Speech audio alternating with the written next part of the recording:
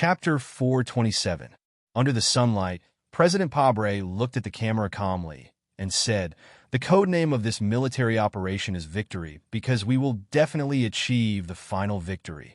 The Charter Square was filled with jubilation, but there was also solemnity amidst the jubilation. For tens of thousands of years, the humans of the Federation had floated alone in the dark universe. In the colonial galaxies and the newly developed space zones, they did not find any relatives. Gradually, they lost their obsession to find extraterrestrial life. With a hint of sadness and a hint of pride, they confirmed that they were the only crystallization of wisdom in the universe, the leader of all things.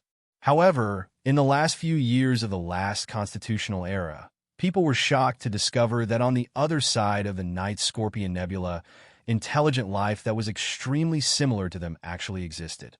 Although the political systems of the two parties were different from the perspective of biology and natural selection, the people of the Federation and the people of the Imperium walked on the path of carbon-based life with their heads held high.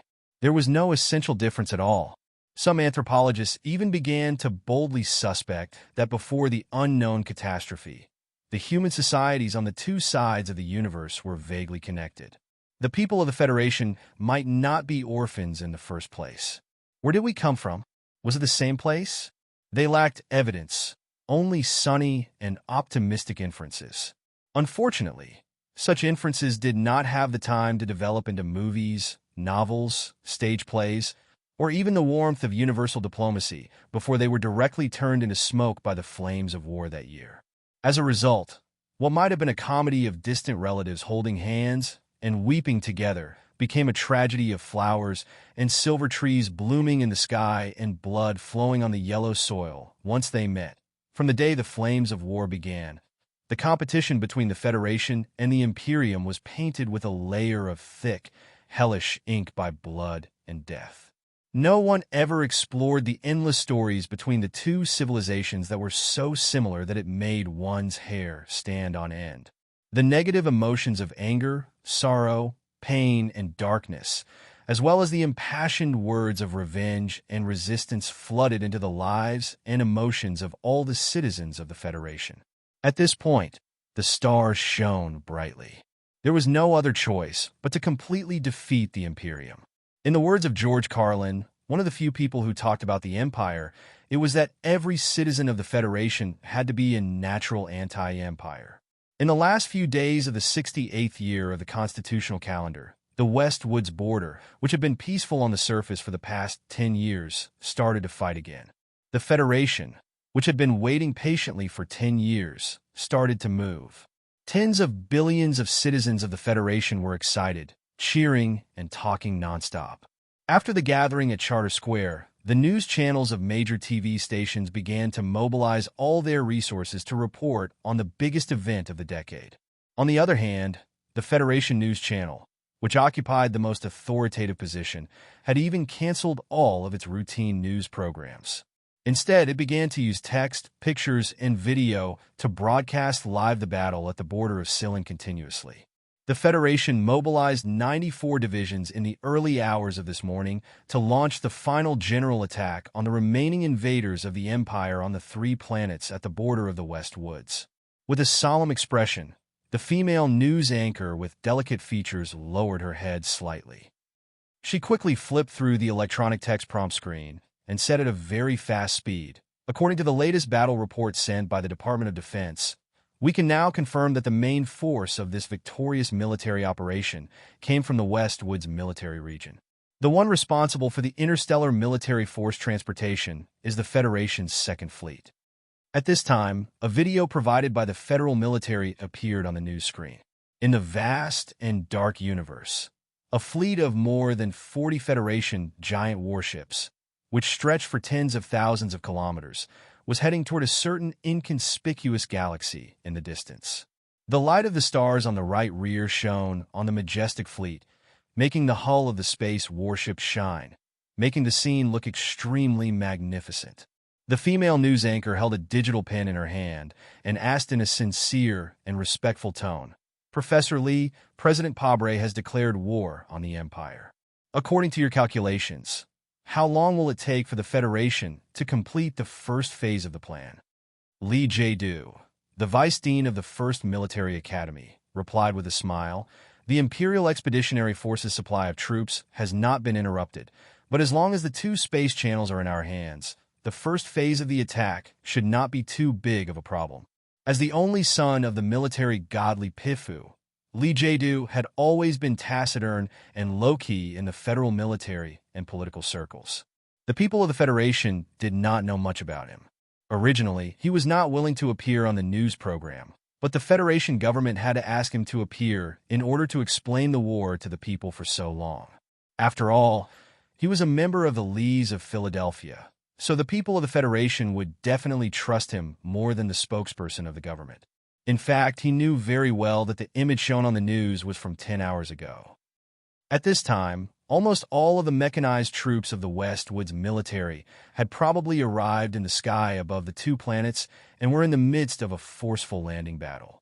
In the studio, a white-haired war strategist frowned in confusion and asked Director Lee, "Director Lee, as far as I know, the fleet of the Imperial Expeditionary Force has been cautiously wandering around the periphery of the region.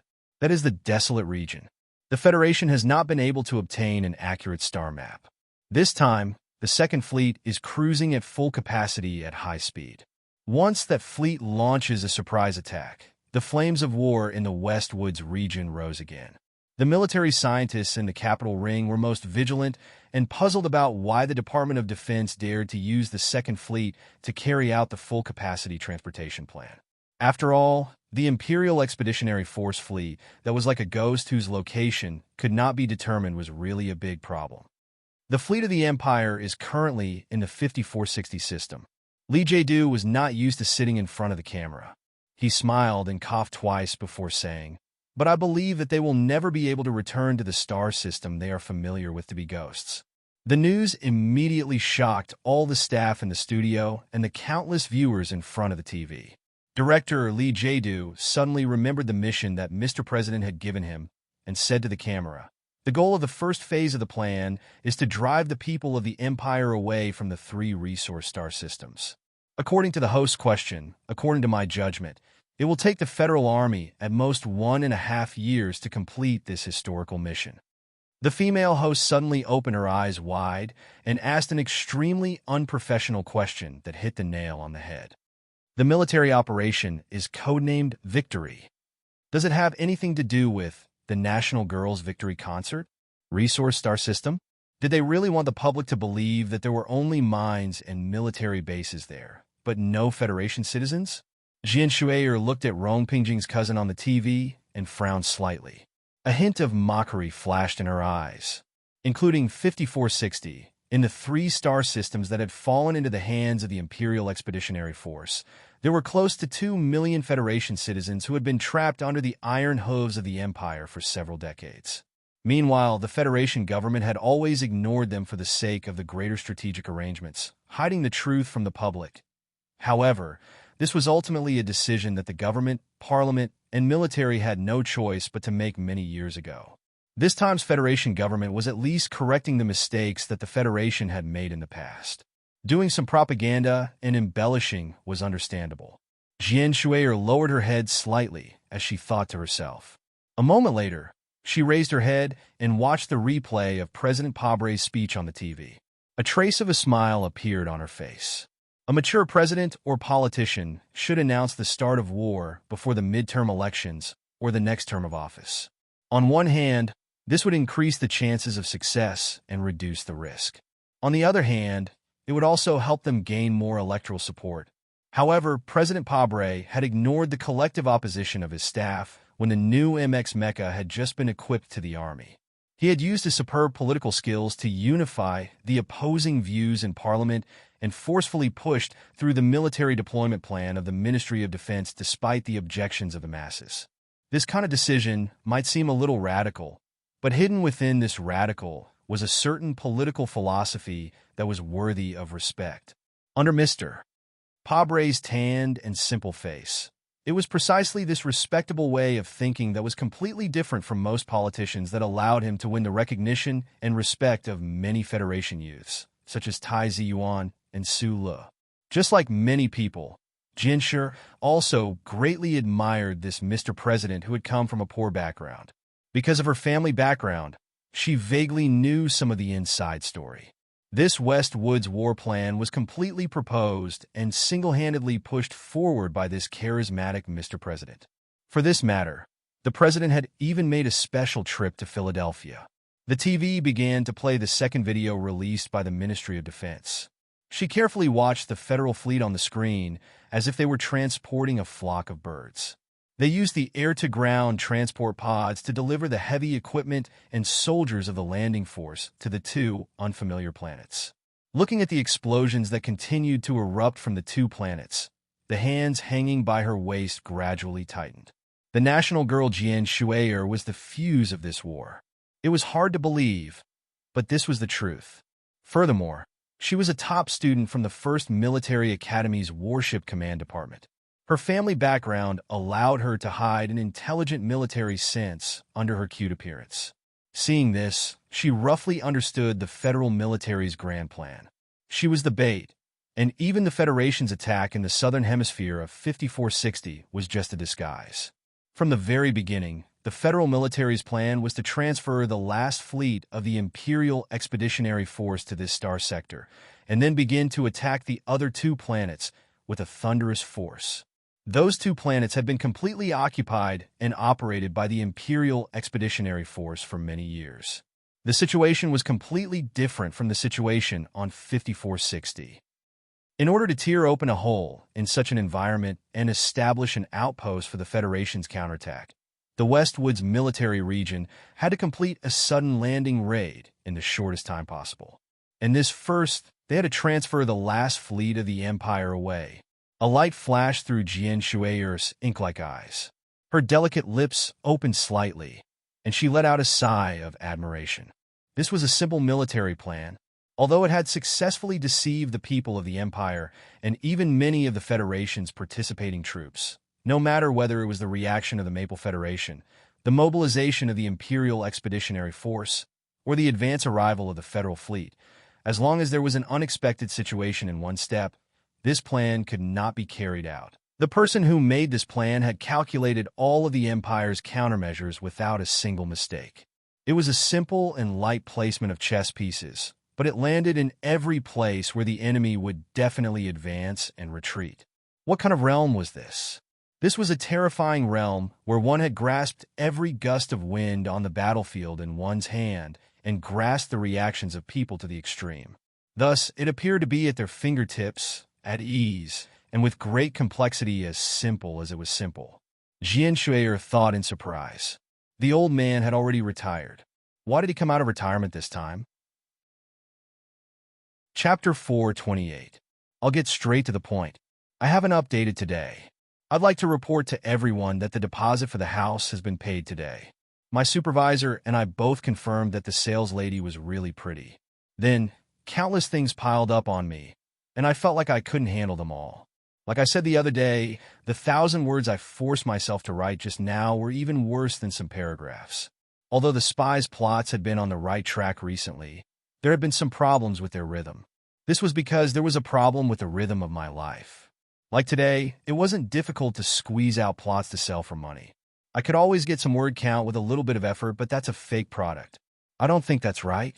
So I can only not write. I can't write. It's not that I can't write. It's that I don't want to. Because you have to spend money for these words, and I have to be responsible for my own face. I've never asked for leave, and I've stopped updating twice in a week. It's very annoying, but compared to writing shit, the latter is more annoying. So I sincerely asked for leave. I asked for leave because I can't help it, because I'm too busy to talk about it. I don't dare to promise that I won't ask for leave in the future. After serious self-reflection and calculation, I think that starting in March, the speed of the spy should return to how it was at the beginning. In the next 1.5 months, I'll do my best to write the spy well. In fact, in the outline, this should be the stage I'm most concerned about. I sincerely ask that after tomorrow, although you won't be reading the forbidden book in the snow outside the window, you can still read the spy slower than when it was 3,000 words. Because I want to write more carefully so that the amount of information and the things you feel will be richer. The spy has been laying the groundwork for the past few days. If it's 6,000 or 9,000 words a day, this kind of groundwork can actually be seen beautifully. But if it's all groundwork for 3,000 words a day, it will only appear dull and clumsy. So I want to spend more effort on the details. I hope that after your reading rhythm is ruined, you could be merciful. After thinking about it seriously again, I still need to adjust the time of the update to the afternoon so that I can adjust my work state. It's best if I can finish writing in advance every day, then send it out at the right time. That's more appropriate. Tomorrow, I'll write 2 chapters. From the day after tomorrow, I'll try to write 1 chapter every day at 4 p.m. Wind can't blow, rain can't hit.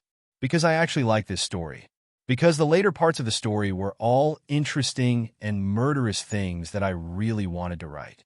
Please give me and the spy more patience with this story. That invincible, great, and diligent tomcat, who didn't need to take a wedding break and only cared about renovations, would finally tear apart its fur and reveal its brilliance.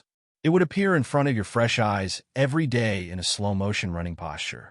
Although it will be written more slowly, it will definitely be written more straightforwardly, so that we and Sue look and travel in a straight line through the universe with infinite glory. For the next 2 months, I definitely won't be soliciting monthly votes. I can just do whatever I want with recommendation votes. Anyway, the guests will definitely be good in the future, so I definitely have some confidence in this aspect. 1,000 words on the note should be able to prove that what I said was true. In my opinion, not updating while asking for leave is a sign of responsibility. I am still narcissistic. Bow and leave the stage. See you tomorrow. Chapter 429. Jin Shuer could be cute and innocent in front of her family, but she could also be youthful, adorable, charming, and witty to the point of being natural. She could make countless members of the opposite sex fall head over heels in love with her and be willing to live a life of poverty for her. This kind of natural ability probably had some kind of indescribable mystery to it. This was the real her, but it was not the entire her. The other part of her was unwilling to use the intelligence and ability she had developed at First Hospital and her home in Philadelphia to figure out the dangers and complexities of the human world. However, right now, she could not get rid of her doubts. They were like clouds that forever covered the night sky, blocking out the thousands of stars that scattered down from the universe. It made it difficult for her to keep her heart pure and clear even if she wanted to. At this moment, she needed to discuss the heavy and deep doubts in her heart with someone close and trustworthy. And on this planet, there was no doubt that there was only that small-eyed man. After going through a complicated authorization check, she was brought by the female officer to a large warehouse in the depths of the underground base of the spaceport. The national maiden looked at the scene in front of her and covered her slightly gaping mouth in shock. The underground warehouse was very large and spacious. A large black MX mecha of the Federation hung on a platform, suspended in midair. The heavily damaged outer shell on the left side of the mecha had already been dismantled, revealing the dizzyingly complex mechanical structure inside. It looked like a human skeleton specimen from a medical school, except that it had a faint metallic glow. Also, because it was too large, it gave off a strong sense of oppression for the people in the warehouse. On the left side of the black MX, a simple automatic assembly line, suspended 5 meters in the air, was moving in many parts with a clatter. Below the assembly line, 6 officers were recording something with serious expressions on their faces. In their hands, the electronic repair records kept flashing rapidly, recording in detail every movement seen with the naked eye. The dark blue patch on their left shoulders indicated that they were Federation repair officers. One of the officers wiped the sweat off his forehead and looked at the guy on the black mecha who was silently climbing and jumping like an ape. He said in shock, "I always thought that my repair skills were already not bad at all." Sulu stood on the tall mecha. After a night of battle and thousands of miles of travel, even the newest generation MX mecha of the Federation, under the frenzied pursuit of the Empire's Moon Wolf Mecha Brigade, had still ended up riddled with holes in certain areas, with some systems extremely fragile. Sulu believed that the Department of Defense would give him a new dangerous mission. Therefore, after 2 hours of light sleep, he went to the warehouse. He wanted to fix the black MX in the shortest amount of time possible. Pulling out a very long data cable, he narrowed his eyes as he stood below the black mech. His fingers lightly touched the control panel on the terminal to remove the outer armor of the MX mech. He didn't really care about the gazes of the 6 mech technicians behind him. In truth, those who had the authority to enter this warehouse naturally had the right to get close to the MX mech. Su-Lu climbed to the platform below the left shoulder of the mech. Reaching out, he pulled out 2 data cables, broke them with force, and connected them to the workbench.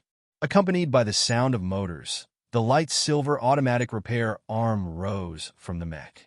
Shang Xiao had made many modifications to this black MX.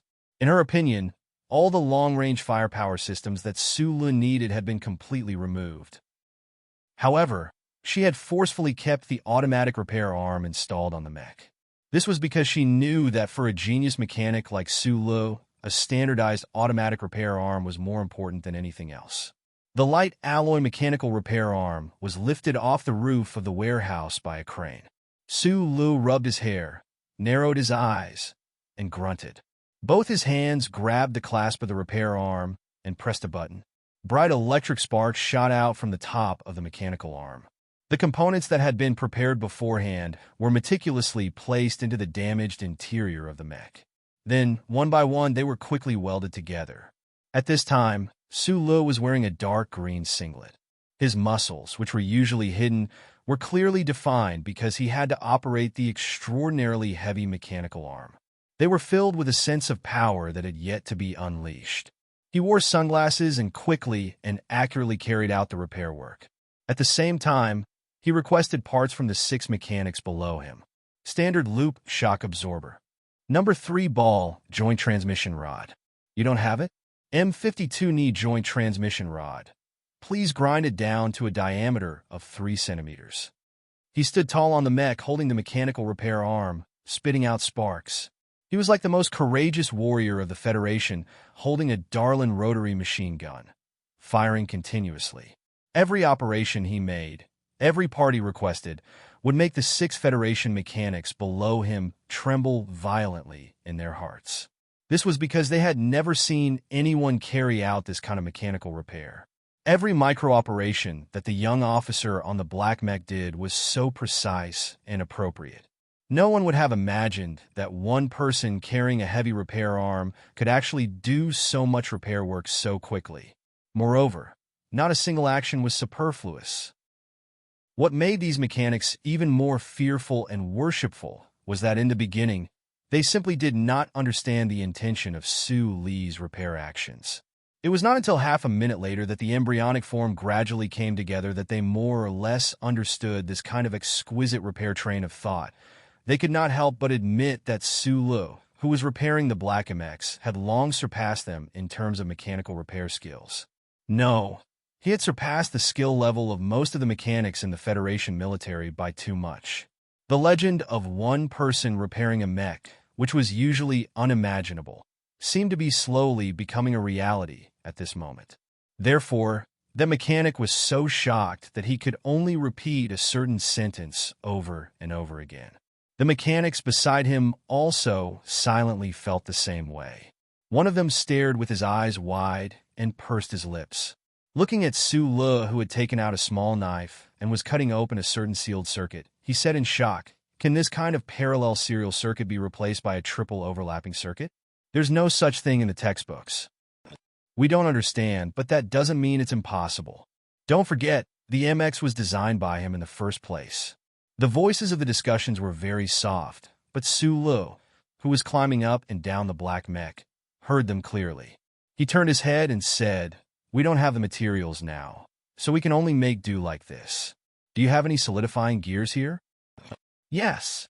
I'll go look for them immediately," said the officer loudly. The mechanics in the underground warehouse had long been dumbfounded by Su-Lu's miraculous mechanical repair skills.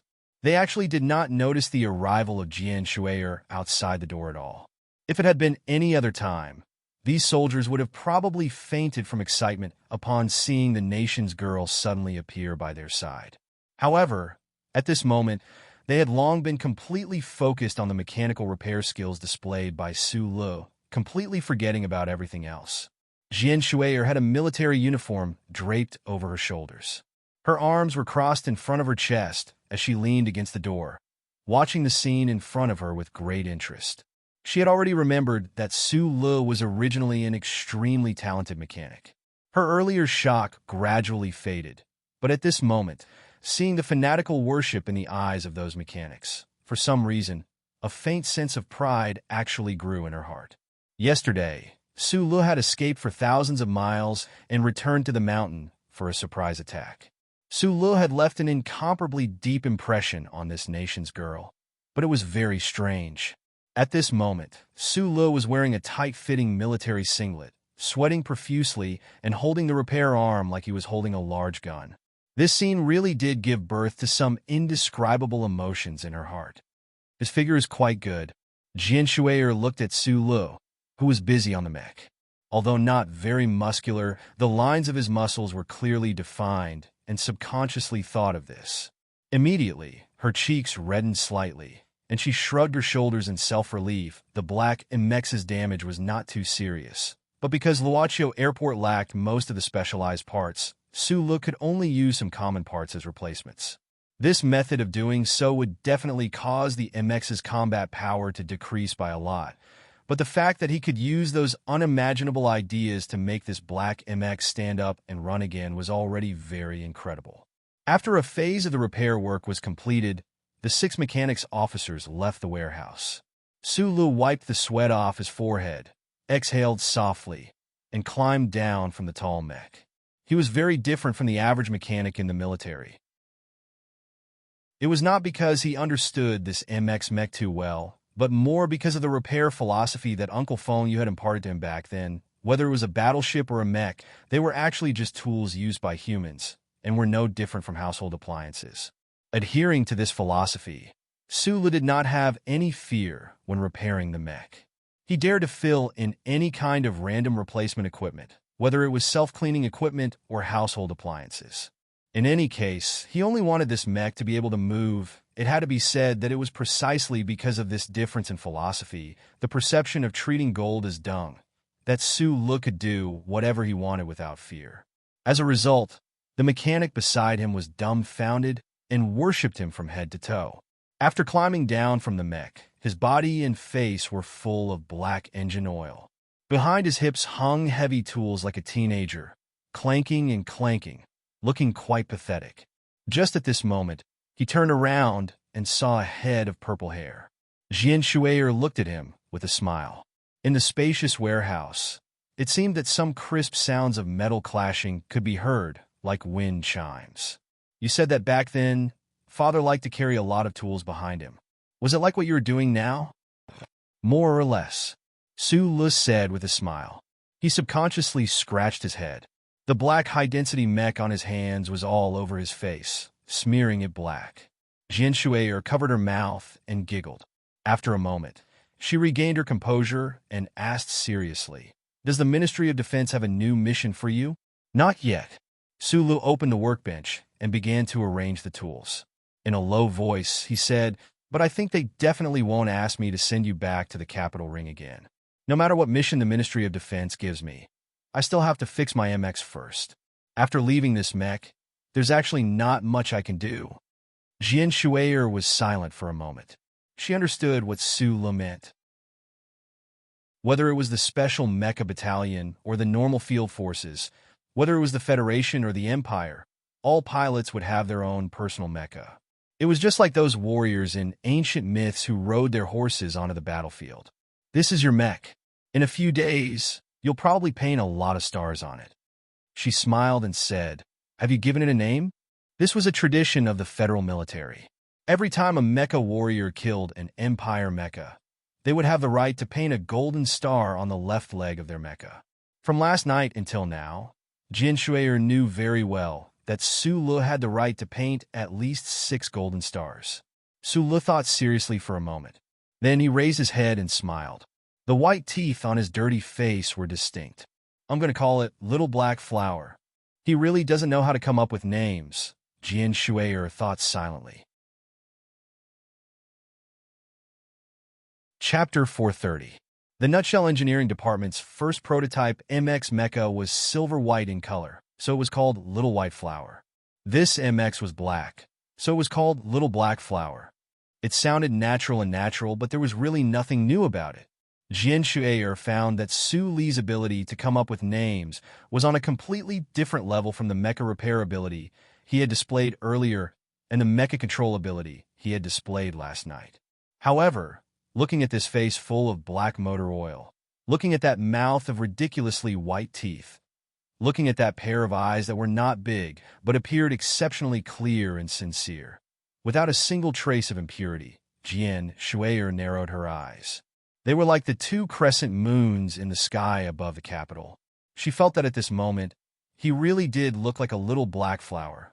Using a classifier like flower, using a noun like flower to describe a man, especially such an ordinary-looking young man, made Jian Shue'er feel slightly embarrassed when she woke up. Her eyes shifted slightly, and she changed the topic. Pointing at the enormous black mecha behind Su Li, she asked, "This MX has been modified? Otherwise, how could it be so powerful?" She shrugged a little embarrassedly and continued, "I only know that cars can be modified." This sounded a little like the stage of finding topics to talk about before a date.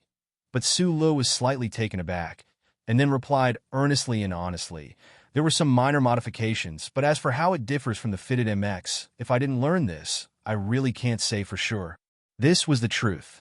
In order to match Su Li's control characteristics, Shang Qiu and the Nutshell Engineering Department had decisively abandoned most of the long-range fire control system of the Little Black Flower. It was difficult to avoid any loopholes in the mecha's assembly system. Other than characters like Su Li and Madman Li, even the best ace pilots of the federal military would find it very difficult to get used to operating this Little Black Flower. Some serious problems might even arise if they tried to operate it. Hearing this honest statement, Jian Shue'er's expression was somewhat unnatural. She shrugged cutely and pursed her pink lips self-deprecatingly. She grew up in the Lees of Philadelphia and was doted on by thousands of people at the age of 12. Such a background and experience gave her a sense of pride in the Federation. However, this kind of pride had always been hidden deep in her bones, and she would never show it in front of ordinary people. However, although Su Li wasn't familiar with her, they had been together for such a long time. Furthermore, he was her biological father, so he couldn't be considered an ordinary person. From her point of view, Su Li was clearly using the enhanced maneuver platform. Why did he have to hide it from her? He even said that it was some kind of simulation system. Now that he could not explain it clearly, the proud, national girl naturally did not want to continue asking. "Yes, I thought you were still resting. You must have worked hard last night." Su Li felt the change in Jian Shue'er's mood. He nervously wiped the oil on his hands onto his overalls and asked. Jian Shue'er came back to her senses. She didn't understand why she felt a little uneasy because of Su Li's concealment. She rubbed her hair a little angrily, raised her small face, and spread out her hands and said, "There are some things I want to ask you." The two walked along the deep underground corridor and walked out of the warehouse. At this time, there were countless warships and military aircraft taking off at a high density in Luoqiu Airport. Most of the Federation soldiers were busy in a state of war, so no one paid attention to them. In the space, only the clear footsteps of the two people and the crisp sound of the wind chimes behind their butts could be heard. I always thought that I had been in Channel 23 for too long, so everyone felt close to me. The script of the TV series was well written, and the character of the female captain was very cute. Other than that, I am just a very ordinary person. Other than being a little good-looking, there is nothing to be proud of. Jian Shue'er was draped in a light blue Federal Fleet officer's uniform, with a soft light gray thin jacket inside. Her hands were clasped in front of her body, and her picturesque eyebrows were slightly furrowed. The tenderness in front of the girl's chest was squeezed more clearly by her arms. Su Li turned his head and looked at her. He was silent, but in his heart, he thought that for a girl to be as beautiful and moving as you, that was already her greatest strength. "I don't even know how to wear clothes. You used to mock me." Jian Shue'er stopped in her tracks. She crossed her arms and tilted her head to look at him seriously. I'm not even very competent as a celebrity. Su thought of the concert stage last night. The girl's tight red dress that made the soldiers fall into a frenzy, and that dark uniform that couldn't be any shorter. He thought of the smoothness in the Mecca and still remained silent. But in the depths of his heart, he whistled to express his amazement. In any case, I think we should all be very clear that I'm not some big shot. Sula suddenly turned his head. The dim lights in the underground corridor shone on her beautiful face, making him suddenly have some strange thoughts. His eyes gradually narrowed, and he asked slowly, "What are you trying to say? I don't understand." Jian Shuang's eyes flashed with a puzzled but determined light. Why did the Department of Defense use me as bait? Why did the Empire's people really come after me? Can you understand? I can't. You're here too? Sula looked at her and asked. Jian Shuang lowered her gaze and said softly, "Don't forget, I'm also a soldier." Sula fell into silence. Jian Shuang's puzzlement was actually also his puzzlement. Last night, he had been continuously killing until the early morning.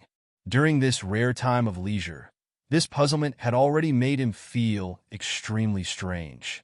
He knew that he was just an insignificant part of the vast battlefield, and he didn't have the ability to guess the grand scheme of the Federation's government and military. However, the fact that Jian Shuang was Uncle's daughter, in the end, made him feel uneasy. He didn't know how the military god made the judgment, why the Empire's people launched such a fierce attack as if they had taken an aphrodisiac. Could it be that His Majesty the Emperor of the Empire gave a random order, and then the expeditionary army in the north used this matter to vent their anger? It was hard to explain. Probably only Marshal Li knows about this matter.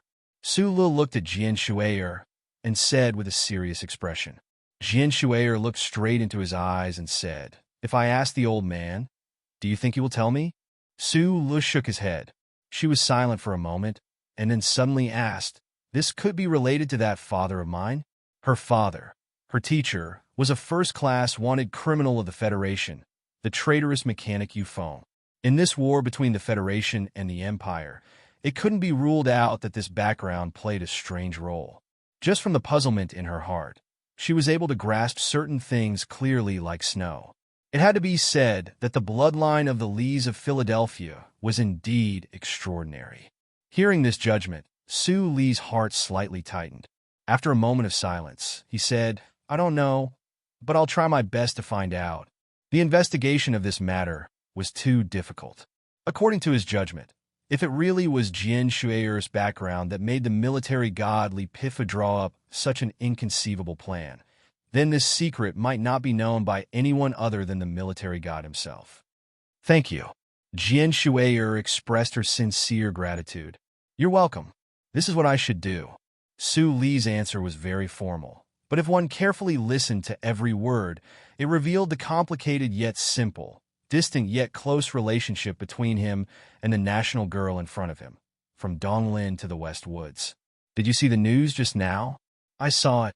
Those two planets are under the absolute control of the Imperial Expeditionary Force. The Federation's electronic surveillance network didn't leave behind a single bit. The Westwoods military is going to have a tough nut to crack this time. Those two planets are definitely more difficult than 5,460. Jian Shuang explained to him. "It seems like Commander Zhong is personally commanding at the front line." Sula suddenly thought of something and looked at Jian Shuang. He frowned and said, "Madman Li, he must be there too." Jian Shu's beautiful brows slightly furrowed as she replied softly but originally. Sula thought that he was about to embark on a journey full of blood and smoke, so he didn't have time to rest. He was in a hurry to repair Little Black Flower's mecha, even ignoring the fact that Luochio Spaceport was severely lacking in standard MX mecha parts. However, after an entire day, the Federation's command center didn't give Su Lu any new tasks. They just let him rest in the spaceport. The second day, there were still no orders. They just let him rest. The third day was the same. On this planet, the flames of war were everywhere. Every second, there were people dying. There were bombs blasting through rock formations, sending up clouds of dust. Luochio Spaceport was also absolutely busy. Even the 6 mecha operators with red eyes didn't have time to record his repair process. They were all transferred to the front line. However, he and Jian Shui'er had nothing to do. They were just idling 24 hours a day waiting for death. This kind of feeling was a little strange. That night, after Su Le conducted the third assembly test on Little Black Flower, he dragged his tired body back to his room. During the day, he had already contacted by Yulan and found out that Group 7 had followed the mobile battalion back to the base camp that night. They would probably have to wait at least until the current phase of the war ended before they could reach Luochio spaceport by land. Unable to sleep in the middle of the night, Su Le laid on his bed with his hands behind his head. He watched the Federation's news on the television in a daze. The Federation Army's attack on Planet 5460 was going smoothly.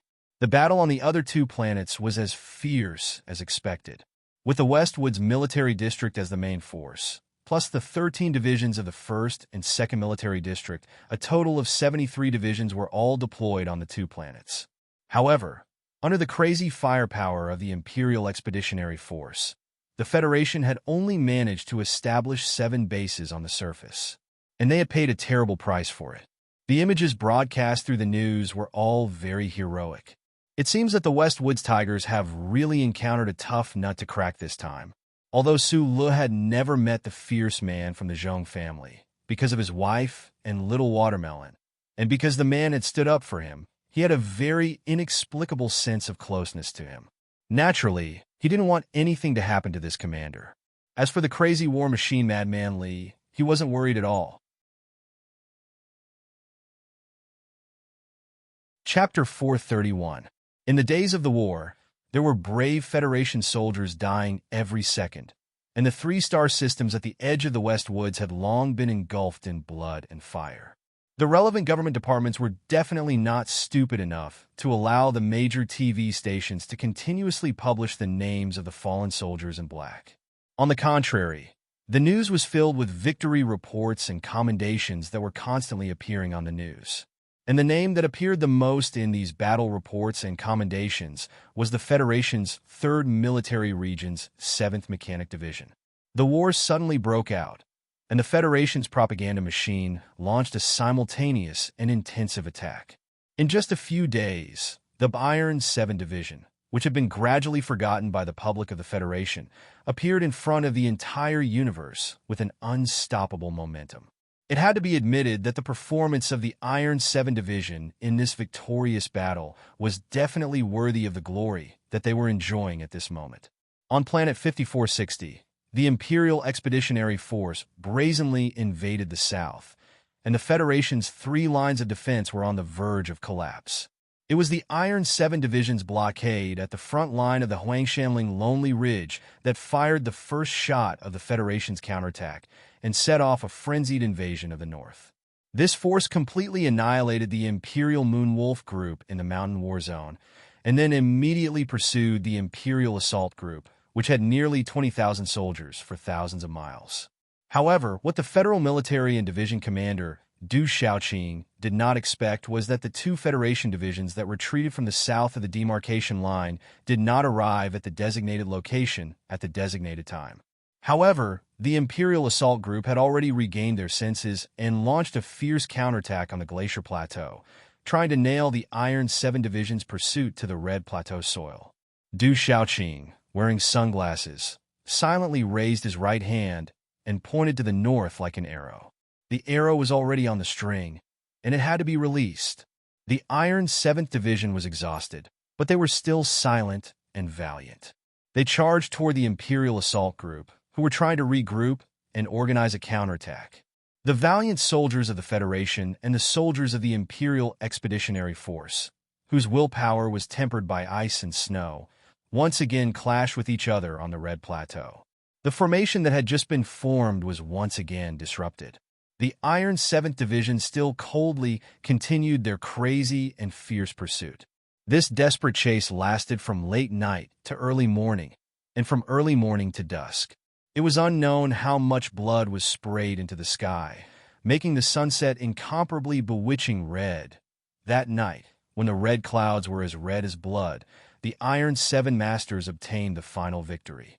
However, they also paid an extremely disastrous price: the Imperial Expeditionary Force's strategy of defending and waiting for reinforcements, which had been maintained for decades, suddenly melted like ice and snow, just like the once every 3,000 years flow of this planet.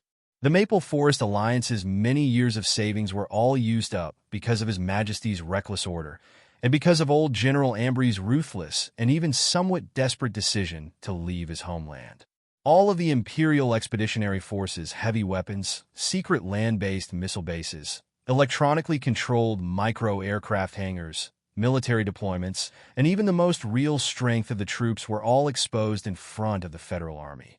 With the Iron 7th Division's tragic victory as the starting point, the Federation began a rapid counterattack from the south to the north.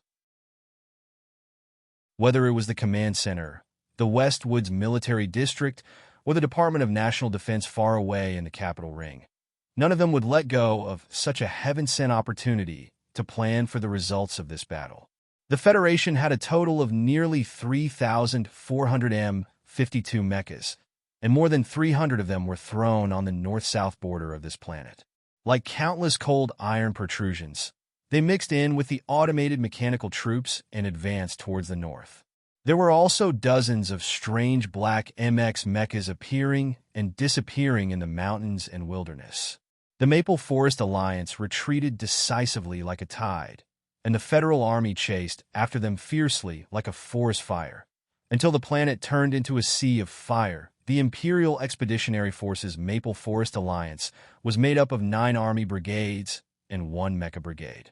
Including the logistics and related officers in the base, they had a total of more than 218,000 people. When they retreated to the safe zone of mid-range missiles in the northern hemisphere that was covered in ice and snow, they had already left behind more than 60,000 corpses on the ground in the south. The Maple Forest Alliance took 17 mecha clans from the Army brigades and took on the task of attacking on the front line. In the end, only 5 of them were able to retreat with their formation intact. What was more fatal was that under the attack of the Federation's air power and concentrated long-range missiles, it was very difficult for the Imperial armies to move their heavy firepower equipment into the warehouses hidden by the glaciers. The protracted battle was cut in half at the waist, and it was very difficult for them to continue. The plan of the Federation's Ministry of Defense was 1/3 complete, and the Imperial Expeditionary Force was holed up in the ice and snow of the Northern Hemisphere, without any signs of life. At this point, the general situation of Planet 5460 was set. The military commander of the Empire, old General Ambly, was not inferior to his counterparts in the Federation. In fact, he did not make a mistake. Although he did not think that this was a trap set by the Federation in the beginning, he was prepared to break the trap. However, he did not expect that the Federation would silently send another black noose into this big trap. As the saying goes, a big ring encircles a small ring. The old general of the Empire lost because of the source, because of His Majesty the Emperor's random order. Old General Ambly's old face was as cold as the ice and snow around him. His sparse eyebrows were mixed with ice shards as he stood on the top floor of the base covered in ice and snow. His old hands continuously patted the steel railings, and his heart was filled with endless emotions and shock. How could the Federation have guessed His Majesty the Emperor's random order? Or could it be that the Federation spies had unbelievably infiltrated the core of the Empire? Unlike the fireworks of the victory of Planet 5460, the remaining 2/3 of the Ministry of Defense's plan did not go so smoothly. The main fleet of the Federation had to be stationed at the Gary Corridor and the Night Scorpion Nebula. Even if they had to wait for 100,000 years, they had to be on guard against the appearance of the Imperial fleet. That was the scenario that the Federation feared the most. The Ministry of Defense's plan was to use Jian Shuair as bait to ignite a local war, then use the local war to trigger a planetary war.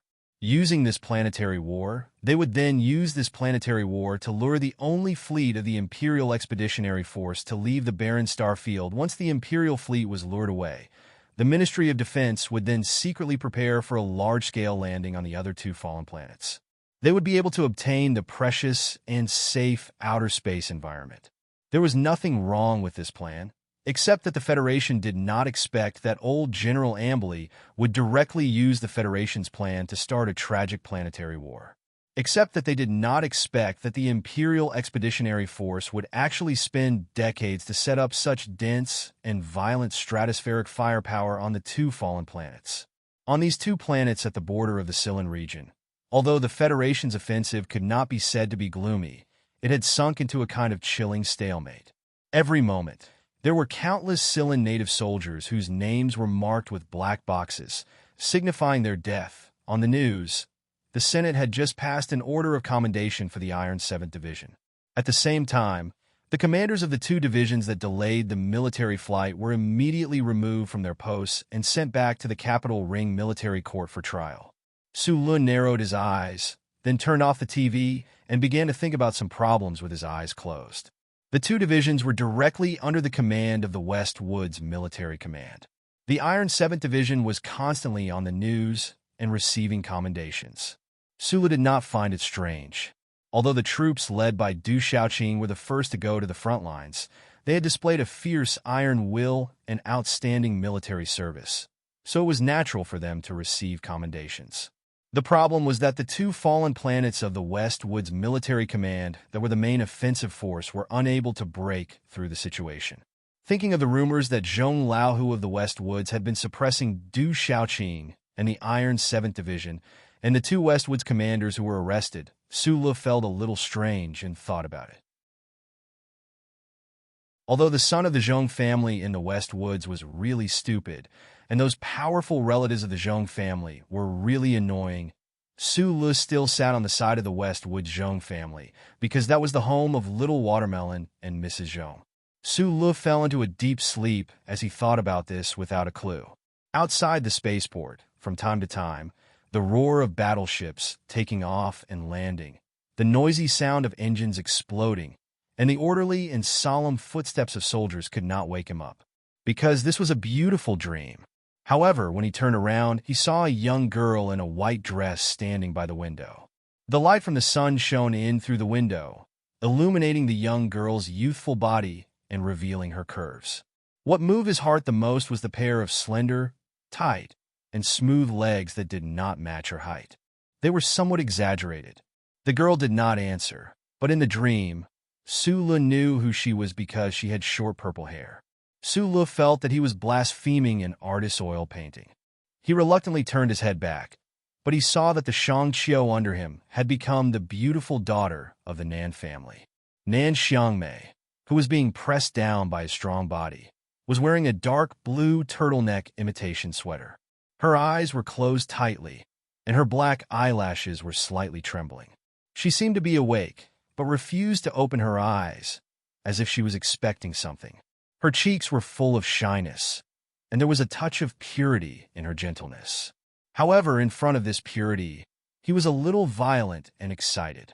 He grabbed the hem of the dark blue sweater and pulled it up, exposing Nan Xiangmei's white, jade-like upper body to the air. Sulu only felt that it was warm and soft, and the fine particles on her creamy skin were shivering. It seemed that the air was a little cold. A little cold? It was indeed a little cold in the gatehouse, and the pear garden outside the window was still snowing.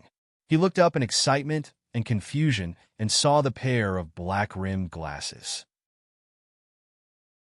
However, the pair of eyes under the glasses did not have any sense of righteousness, only incomparably seductive and pure. The girl was also wearing a pair of red devil horns on her head, like a clumsy elf imitating a little goblin. Sulu, who was sweating all over, suddenly woke up. He sat on the bed in a daze for a long time and looked at his hands in a daze. Then he walked into the bathroom dejectedly, turned on the tap, and began to wash his clothes.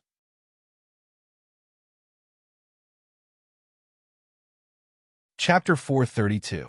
Drying his wet underwear on the heater rack, he turned on the switch and let the cold water droplets fall from the sky. Su Lu rubbed his skin hard until his back was red. He took a longer shower than usual. In the cold water, he raised his hands in front of his eyes in a daze. Looking at the white skin on his fingertips, he thought to himself that his hands should be used to operate a mecha. Although a mecha could indeed shoot down a plane, he didn't understand why he had this wet dream. Thinking about the romantic fantasy that flashed through his mind a few days ago, he couldn't help but be shocked at how much his moral standards had dropped while the level of testosterone in his body had increased too much. However, he completely didn't realize that in reality, the war and death on this planet itself was a supreme weapon that stimulated lust and shattered all spiritual rules. Holding the cold porcelain basin with both hands, he looked at the somewhat unfamiliar young face in the mirror. There was no steam in the bathroom, so there was no fog on the mirror. He didn't need to use his hands to wipe it away, but why did that face look so unfamiliar? The straight eyebrows were still resting peacefully above his eyes, like two unsheathed flying knives. The fine hair between his eyebrows hadn't been shaved for a long time. The two thick black lines seemed to connect together, but there was no sense of valiance. Matched with the pair of small eyes below, it made people feel that this face was very trustworthy. But it was still unfamiliar because that pair of eyes seemed too calm. Sula looked at himself in the mirror and thought about a few years ago, after he scared off that person on Donglin's Clock Tower Street. He had also been silent and nervous in the bathroom mirror. That person was called Bao Longtao, right? How come he was almost forgetting his name? Sula found that after he escaped from Donglin, he had become more and more silent and calm. However, this silence and calm, to him, was somewhat similar to an undesirable aura. He didn't think this was his nature, and he didn't like this kind of outward change, so he stared at himself in the mirror in a daze. He didn't understand what the Federation's plan was. Jian Shaer said that the Westwoods military's main attack on the two fallen stars was very difficult, and that the days of the Zhong family's tiger were very difficult, but he didn't understand. He didn't understand the Empire's ferocious attacks and the resolute retreat, nor did he understand the Federation's meticulous and wondrous military arrangements, nor did he understand the art of war command. At the end of the day, he was just an insignificant character in the Grand Galactic War. He could only silently turn back to repair his mecha and then travel through the forest at high speed. This was his greatest reliance. However, he had already begun to kill his enemies. Those Imperial mecha that had exploded in front of him and behind him, those corpses that had died with their eyes wide open, their twisted bodies constantly stimulating his brain. When he was in Eastwood, he had no knowledge of the people of the Empire. It was only when he saw the black tombstones on the graveyard in Macklin that he had a direct understanding of the people of the Empire. Sula killed a lot of people. When he was a child, blood dripped from the tip of the hydraulic pipe in the garbage dump, a gun barrel in the underground parking lot of Lin High, and corpses were everywhere in the Foundation building. He was a good person, and good people could kill without blinking, let alone someone from the Empire. However, it was too easy for people to die on the battlefield. Life was too cheap here. In the middle of the night, Su Lu, who was hit hard by the atmosphere of war, felt a little lost in his youthful state. He walked out of his room and listened to the chaotic and nervous noises outside the spaceport. He silently lowered his head and walked towards the end of the quiet corridor. Little Black Flower's mecha was quietly waiting on the other end. In the cold, dangerous, and complicated web of war, no matter how strong an individual's strength was, they were just an insect that was stuck in the web. They could be swallowed up at any moment. There was no chance of survival. He had to repair his personal MX. That way, he would have an extra set of armor and a few more sharp knives. When he struggled in the web in the future, he would be able to make a bigger commotion. There was a military satellite phone in the quiet corridor. Su Lu silently thought for a moment. He turned his head, picked up the phone terminal scanner, and placed it behind his neck to scan it. After passing the authorization, he pressed a string of numbers. It was Shi Qinghai's phone call. The call was picked up very quickly. From this detail, Su Lu knew that he had already arrived in the Westwoods. His mood couldn't help but become heavier. "How's your job as a liaison officer?" Su Lu leaned against the cold wall and smiled at his friend on the other end of the phone. "The overall situation here is not a problem, but there are still some dangers. But the Department of Defense hasn't sent any orders, so I'm just waiting for death in the spaceport." Shi Qinghai's bright and charming laughter came from the other end of the phone. Su Lu smiled and began to talk about his feelings when he was on a battlefield for the first time. His tone was slightly heavy and worried. The war between the Federation and the Imperium was like a fight between two rock giants. Every heavy punch might not hurt the other party, but the falling pieces of rocks would definitely kill the other party. After a short pause, Su Le thought of the dream he had. His cheeks were slightly hot as he talked about it.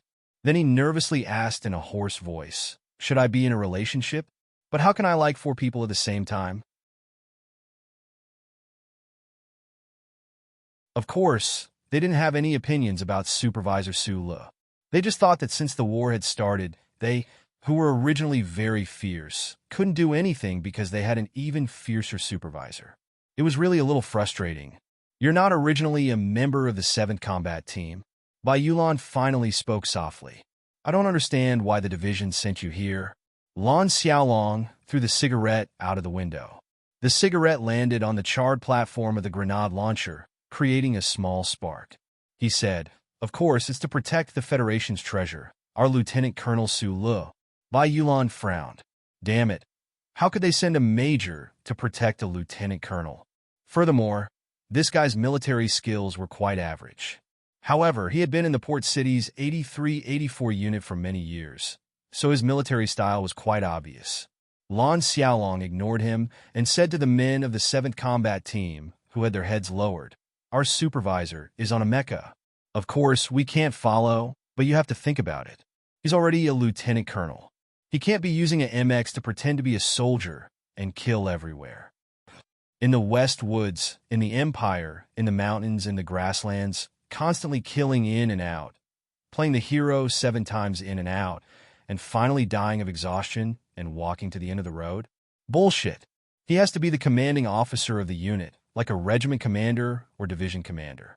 However, we all know that although that guy has been studying commanding teaching materials every day for the past few months, when it comes to commanding, he doesn't have much of a future. He's a few thousand streets behind someone like Du Xiaoqing. When the time comes, what do you think we can do for him? Gu Shifeng Lu Jiao, Xiong Lingquan, you all need to think about it carefully. Lan Xiaolong was like a hooligan as he gestured around. Bai Yulan, who had her head lowered and remained silent, suddenly felt a chill in her heart. She thought about how the Department of Defense had directly transferred this guy from the 17th Armored Division to her team. She thought about how her 7th Combat Team couldn't get rid of the background of the 17th Armored Division. Bai Yulan gradually understood what was going on. Her eyes, which were separated by thin strands of hair, suddenly shone brightly.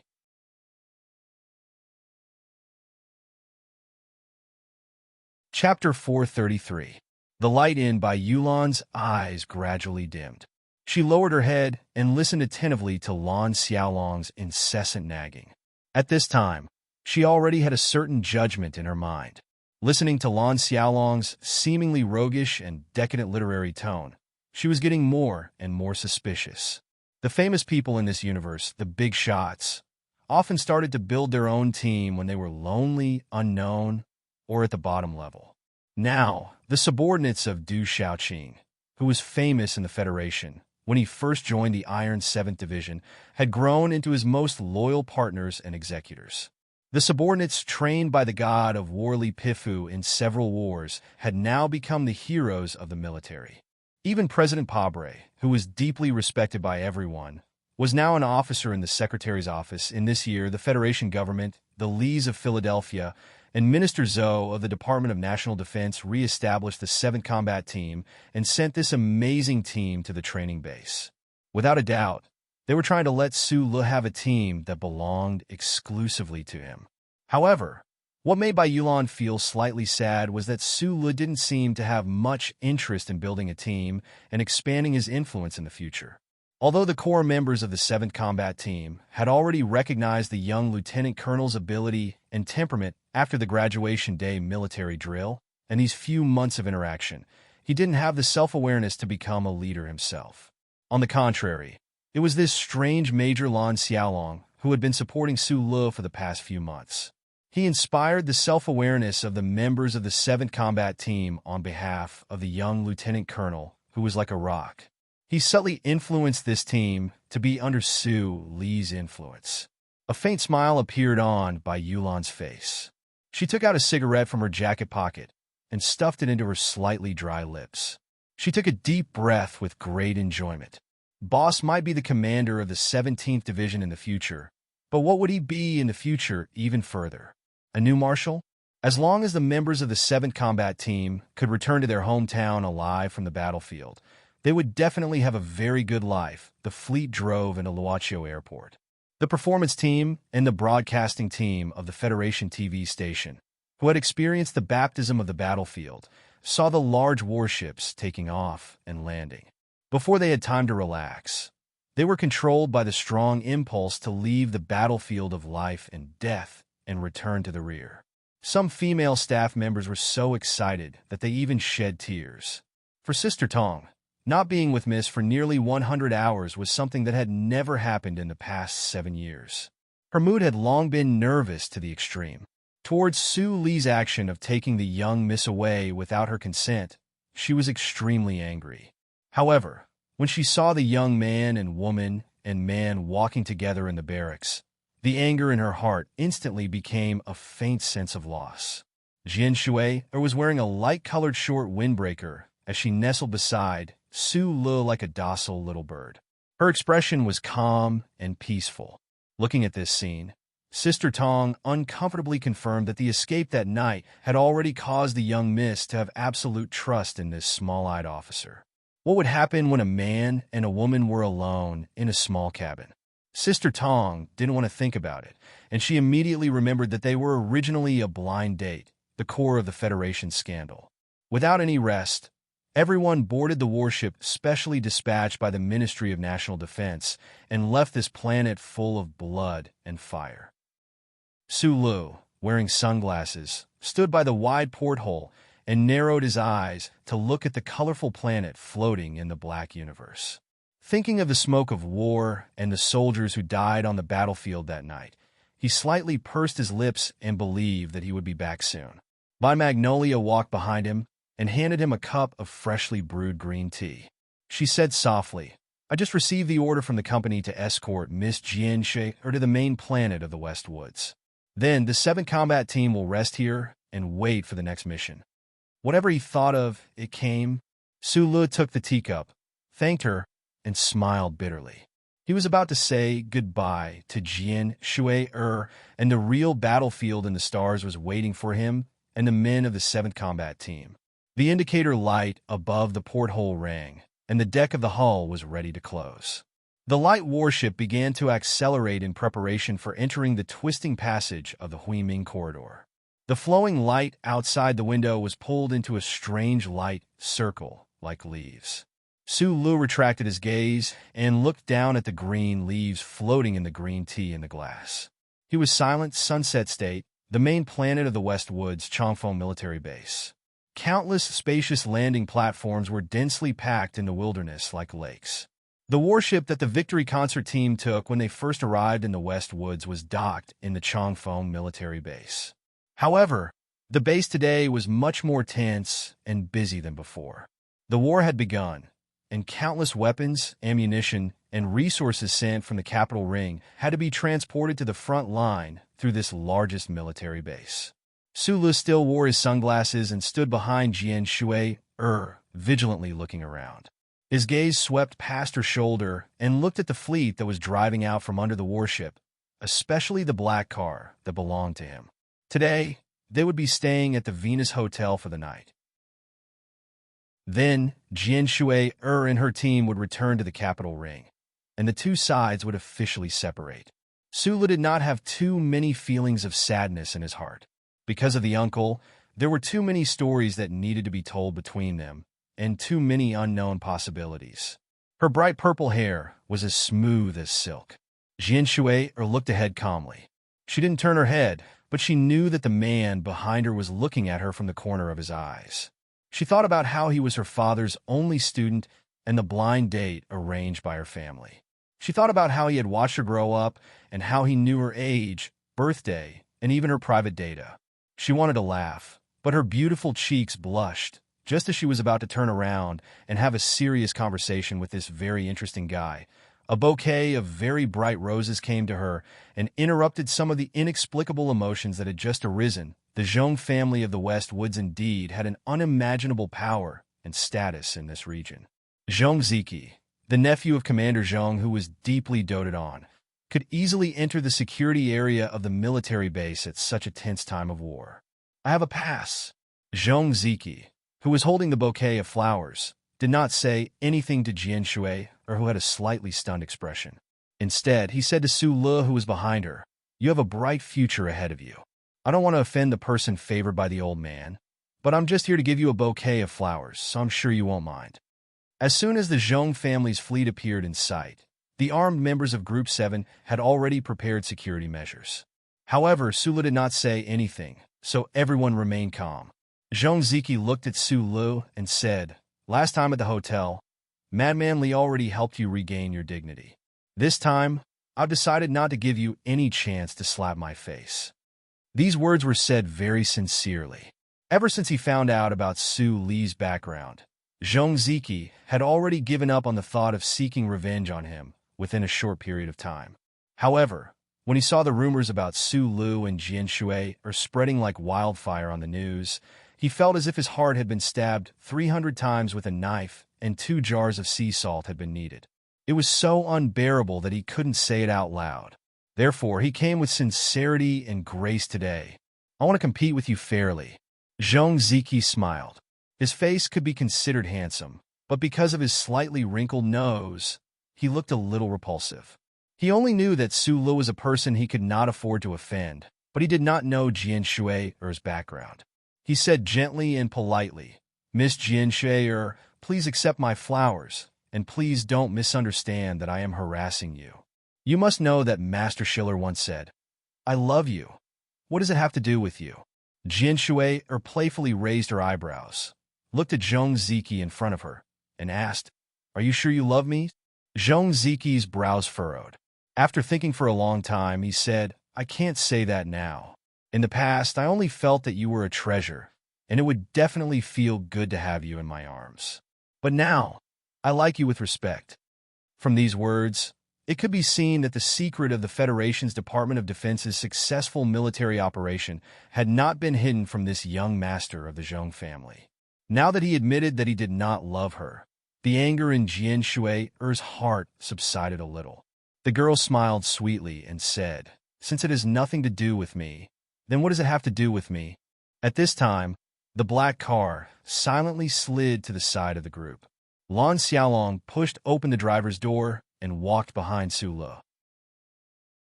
With a trace of mischief, he said softly, "Lieutenant Colonel Su Le, I've always thought that you should learn how to be jealous and act like a spoiled brat." Seeing that he did not respond, Lan Xiaolong shrugged and said to Bai Yulan and the others behind him, "If he doesn't know how to do it, then you should help him."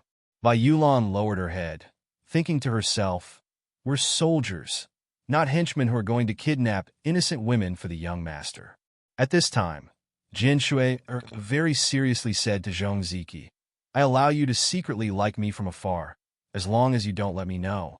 These words were said very calmly and indifferently, but there was a very subtle and very sharp mockery in them. Zhong Ziki's face gradually turned pale. Although he did not act out because of Su Le behind the national girl, the anger in his heart would probably continue to burn for a very, very long time that Su Le had been silent because he was thinking. Looking at the countless battleships and transport ships that frequently took off and landed in the Changfeng base through the lens of his sunglasses, he naturally thought of the smoke and blood on planet 5460 and the tragic landing battle on the 2 fallen planets. At such a time of war, people like Zhong Ziki actually had the leisure to play the drama of jealousy and chasing after celebrities.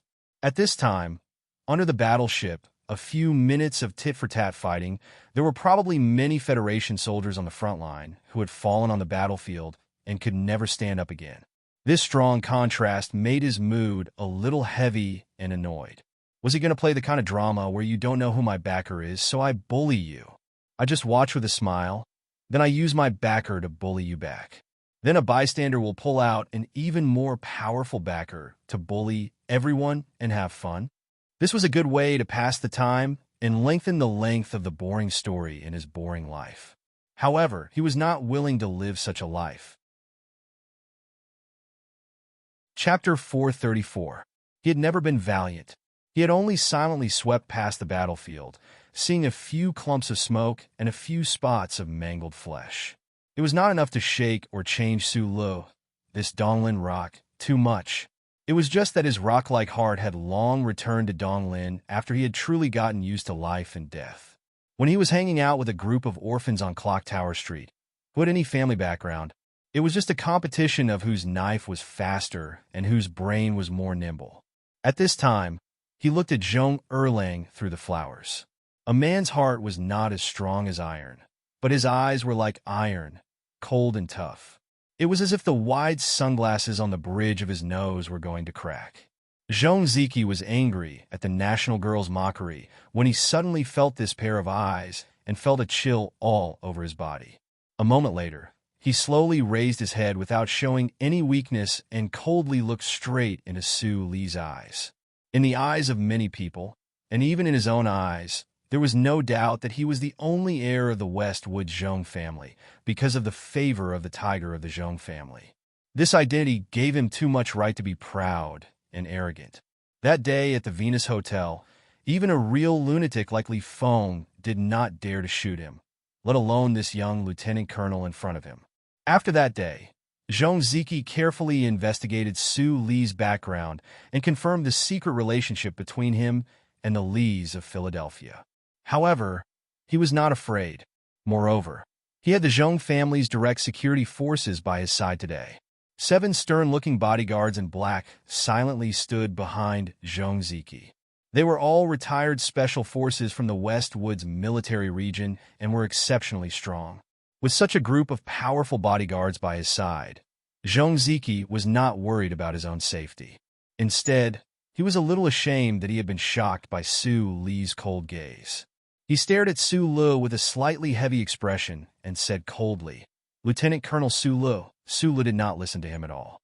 The light in his narrowed eyes gradually faded. He stepped forward and held Jian Shui's hand, turned around, and walked toward the black car. Zhong Ziqi's expression changed drastically. The humiliation of being disregarded had reached a level that he and his family could not bear. After opening the back door of the black car and letting Jian Shui in, Su Lu turned around and looked at the young master of the Zhong family behind the bouquet of flowers. He slowly took off his sunglasses and said in a serious tone, "If you dare to harass her again, I will beat you until your uncle can't recognize you."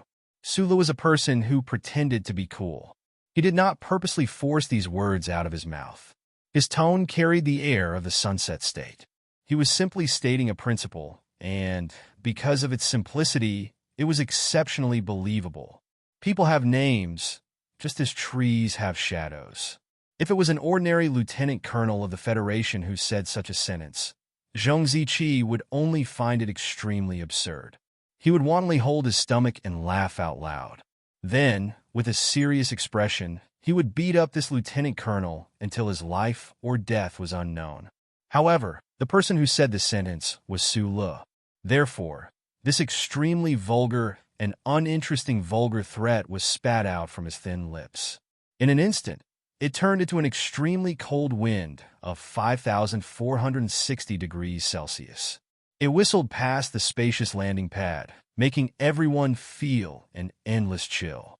Su Lu had the combat strength to contend with Madman Li. He also had a notorious reputation for not following the rules like Lin Banshan. The reason why the leaders of the 1,000-year-old families in the capital ring did not want him to come out of the Black Dungeon, and why they were so wary of this lone figure, was none other than the fact that he dared to kill. He could kill.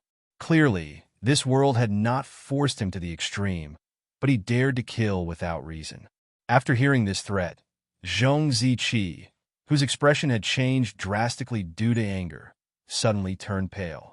This was because he knew that Su Lu would definitely do what he said. Even those powerful bodyguards from the Westwood's military special battalion, who were silent behind him, could not help but change their expressions when they thought of the deeds that Lieutenant Colonel Su Lu had done. They carefully and cautiously approached Zhong Ziqi. A strange blush appeared on Zhong Ziqi's pale face. He stared at Su Lu beside the black car and said, "Good, good, Good, but I have to remind you of one thing. This is the West Woods. This is not a world where you can make a living with your fists. I have already given you enough face, he said in a deep voice. Since you are not willing to give me back my face, then I will also put my words here. As long as she is still in the West Woods, I will pursue her. If you think this is harassment, you can come and beat me. When he said this, Zhong Ziqi did not back down. He took 2 steps toward the black car and said mockingly, "In fact, I am going to continue to harass you. I want to know how you will beat me." The black-clothed bodyguards behind him also walked up, vigilantly watching the combatants of Group 7 around them. A few of them had already reached their hands into their black suits. Their movements were very natural and relaxed, as if they were reaching for a cigarette. Everyone present knew that these people were definitely not touching cigarettes, but sharp killing weapons. However, they did not deliberately hide it. They just did it expressionlessly. A strong enough deterrent force gushed out from the simple action of reaching into their clothes. The Federation strictly controlled firearms. Except for local tyrants or warlords like the Zhong family in the West Woods, who would dare to openly use guns in the military base. Everyone in Group 7 had a solemn expression. They stared at these experienced professional soldiers and silently waited for the follow-up development. Zhong Ziqi's confidence was based on this. Although he was angry, it was impossible for him to openly mobilize 2 battalions to kill Sulu on the spot. However, the fierce character that grew up in the military compound made him have the impulse to pull out a gun in front of Sulu. He looked at Sulu coldly. His expression seemed to say, "Come and beat me. Come and beat me." It was not Sulu's fist that came, but a delicate military knife. A delicate hand gently held the streamlined knife handle made of black fragrant wood, as if it was holding a flower. Suddenly, it cut the air of Chongfeng Base, which was full of the sound of wind, and brought a more shrill wind sound. With a sound, the blade flashed and cut the flower petals in front of Zhong Ziqi. Then the blade twisted and gently rested on his throat like lightning.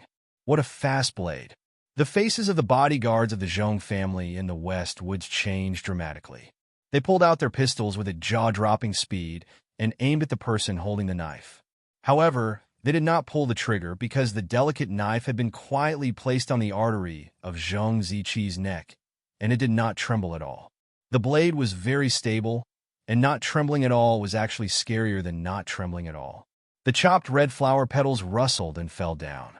The sound of guns being loaded rang out all around them. The clear sound was mixed with endless solemnity. The men of Group 7 had already raised the Qian light machine guns in their hands and coldly surrounded the bodyguards of the Zhong family. The barrels of the guns were pitch black, revealing a chilling killing intent. What was more terrifying was the buzzing sound. Xiong Lingquan stood outside the crowd, and his 2 muscular arms were holding a heavy Carlin rotary cannon, aiming at all the people of the Zhong family. Bai Yulan's right hand gripped the delicate knife, while her left hand gently brushed away the strands of black hair in front of her eyes. She looked at the Zhong family's bodyguards who were aiming their guns at her and said softly, "At least for now, we have more guns. I advise you to put down your guns." Group 7 was equipped with heavy firepower used on the battlefield. With a casual round of bullets, these well-trained professional soldiers of the Zhong family could only end up in a pool of blood. Zhong Ziqi's face was pale, and he raised his head without saying a word.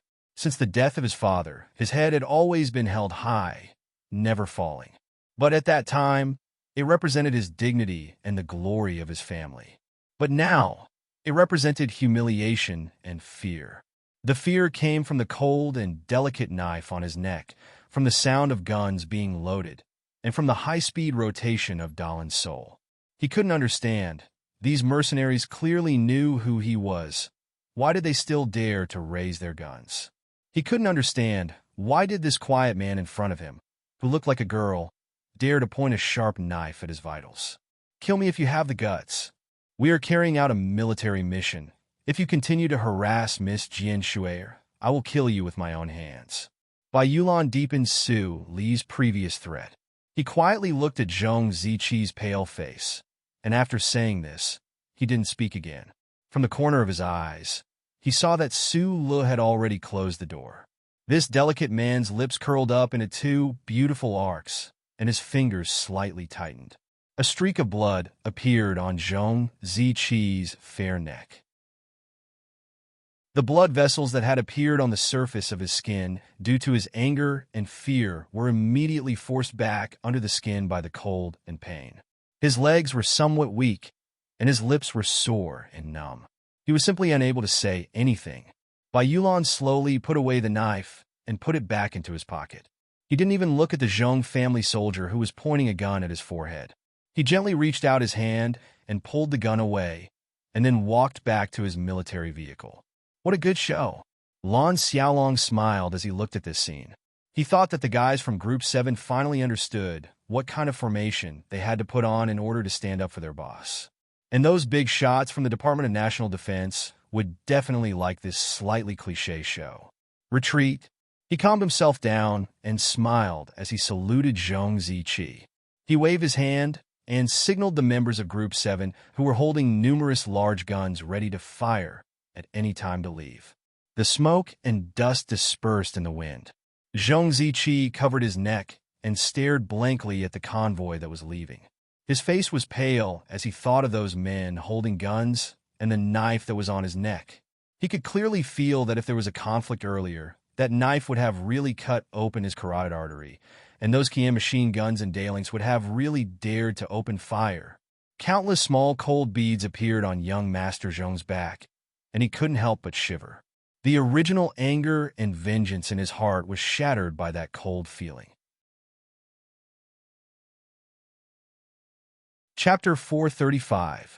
In the luxurious suite on the top floor of the Golden Star Hotel, a few minutes after the sparse splashing sound disappeared, Jian Shuier tied her wet hair behind her neck. Wearing a pink and white bathrobe, she lowered her head and wiped the water droplets as she walked out. Under the bathrobe, her bare feet gently stepped on the expensive carpet, leaving a few wet footprints. Su Lu stood up from the sofa. His eyes swept over the girl's jade-like little feet. He picked up the automatic dry bag and handed it to her. Then he turned around and stubbed out the cigarette, but Jian Shuier naturally took it and put it on her head. It looked like she was wearing a small hat. With her clear face and beautiful facial features, she looked very beautiful and cute. There was no one else in the suite. The two of them were alone. They silently handed over the things and looked very natural and intimate. There was a faint feeling of being part of the C family. And in the eyes of many people, they were already a couple. Even Sister Tong was not in the room. Jian Shuier sat on the sofa, curled up her legs, tilted her head, and gently dipped a cotton bud into the water in her ear. She said softly, "I know you have a close relationship with the Zhong family, but it's not good to offend the future heir of the Zhong family." When the soft pink cotton swab entered and exited, it would occasionally touch the girl's soft and tender earlobes, causing them to tremble slightly. Su Lu narrowed his eyes as he watched, and many inexplicable emotions welled up in his heart. The national girl in his dreams back then was actually able to show her most private side in front of him like a family member. This world's affairs were truly somewhat lamentable. Listening to Jian Shuiyer's slightly worried words, he smiled and did not explain anything.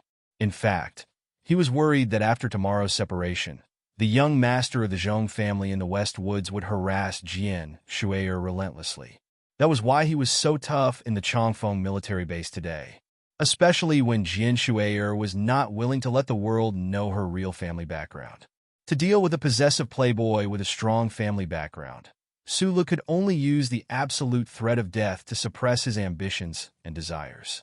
Seeing that Su Lu did not care about her words, Jian Shuier sighed softly. A trace of sadness appeared on her beautiful little face. She looked at him and said, "The Ministry of National Defense will escort us back to the capital ring. You don't have to worry about anything." Su Lu nodded. Jian Shuier took off the small hat-like dry hair bag and rubbed her fluffy purple short hair. She was like a cute little lion that shook its head vigorously in the sun after crossing a clear stream. There was a kind of beauty that was full of vitality. Without warning, suddenly, she leaned against the sofa, held her chin, looked at Su Lu seriously, and said, "I have something that I need your opinion on." Su Lu was stunned and looked back at her on the sofa. He knew that when this national girl was 12 years old, she was determined to leave the lees of Philadelphia. Even if she fought a long-lasting lawsuit, she still forced the military godly Pifu to make a concession. Such a determined girl had her own plans for everything she did. What did she need his opinion on?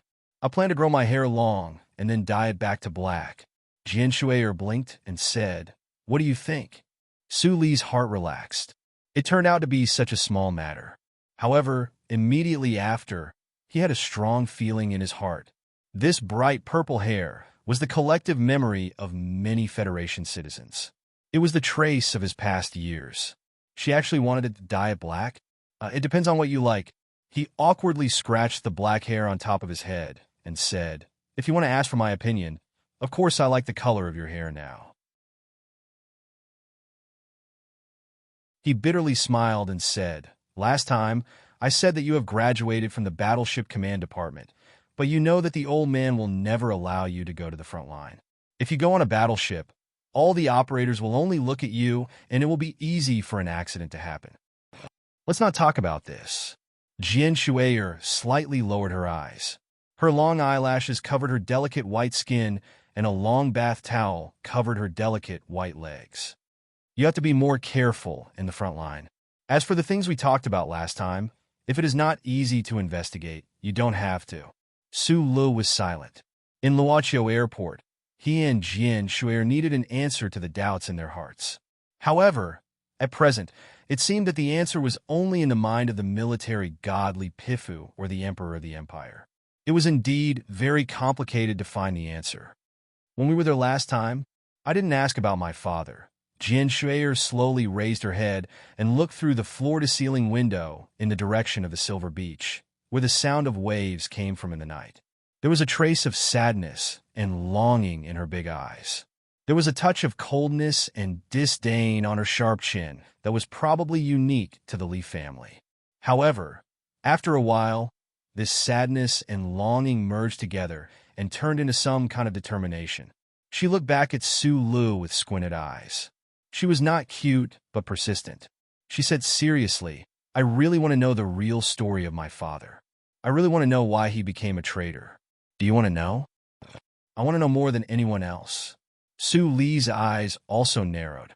"Don't worry, if one day I know these things, I will immediately inform you, as long as I am still alive." The next day, the entire Victory Concert team came to the Chongfeng military base again. Although the fierce battle at the front line was now in full swing and the Army's mission was very heavy, the federal military was very clear about the importance of this national girl and this concert in this victory military operation, so they specially held a small farewell ceremony. Because of the news incident last time, Su Lu did not stand next to Jian Shui'er. Instead, he quietly hid in the crowd. He looked at the beautiful figure of Jian Shui'er bathed in the flash in front of him, and the submissive by Magnolia behind her. His heart moved slightly. He hoped that the young master of the Zhong family would behave for a few days under his threat and by Magnolia's sharp knife. Military reporters had sharper eyes and deeper information channels than ordinary journalists. The war that broke out in 5460 seemed to have some hidden relationship with Jian Shui'er. They absolutely did not believe that the federal military's victory military operation and this victory concert only had the same name. Countless loud questions sounded on the base landing platform. Flashes lit up from time to time. However, under the control of the Westwood's military publicity department officers, no one dared to ask too many questions. Therefore, Jian Shui'er could use her signature invincible girl smile to silently block these questions. A natural star, if not a star, what else can you do? In the crowd, Su Lu silently looked at the lively scene. On one hand, he thought about the girl's trustworthy announcement last night. On the other hand, he was secretly glad that no reporters discovered his existence.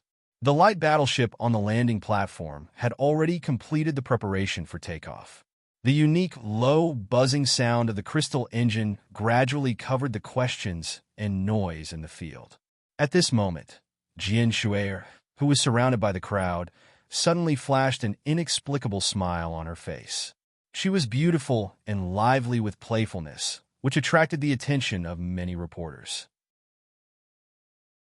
In the shocked eyes of the crowd, the national girl turned around and walked into the crowd. The crowd naturally separated to form a passage. Wearing a light-colored windbreaker, she walked to the front of Sulu and gently hugged his stiff body. She gently pressed her face against his chest and said with a smile and a voice that only the two of them could hear, "Don't forget that we are on a blind date.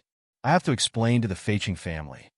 The reporters and the crowd looked at this scene in disbelief. In an instant, someone reacted and shouted, "It's Lieutenant Colonel Sulu." So he was hiding here. Sulu lowered his head and quickly took out a pair of sunglasses and put them on his face. However, in the next moment, countless flashes lit up around him. It was like countless suns trying to evaporate every drop of water in his body that was as stiff as a rock at this time. Jian Shuier smiled and hugged him.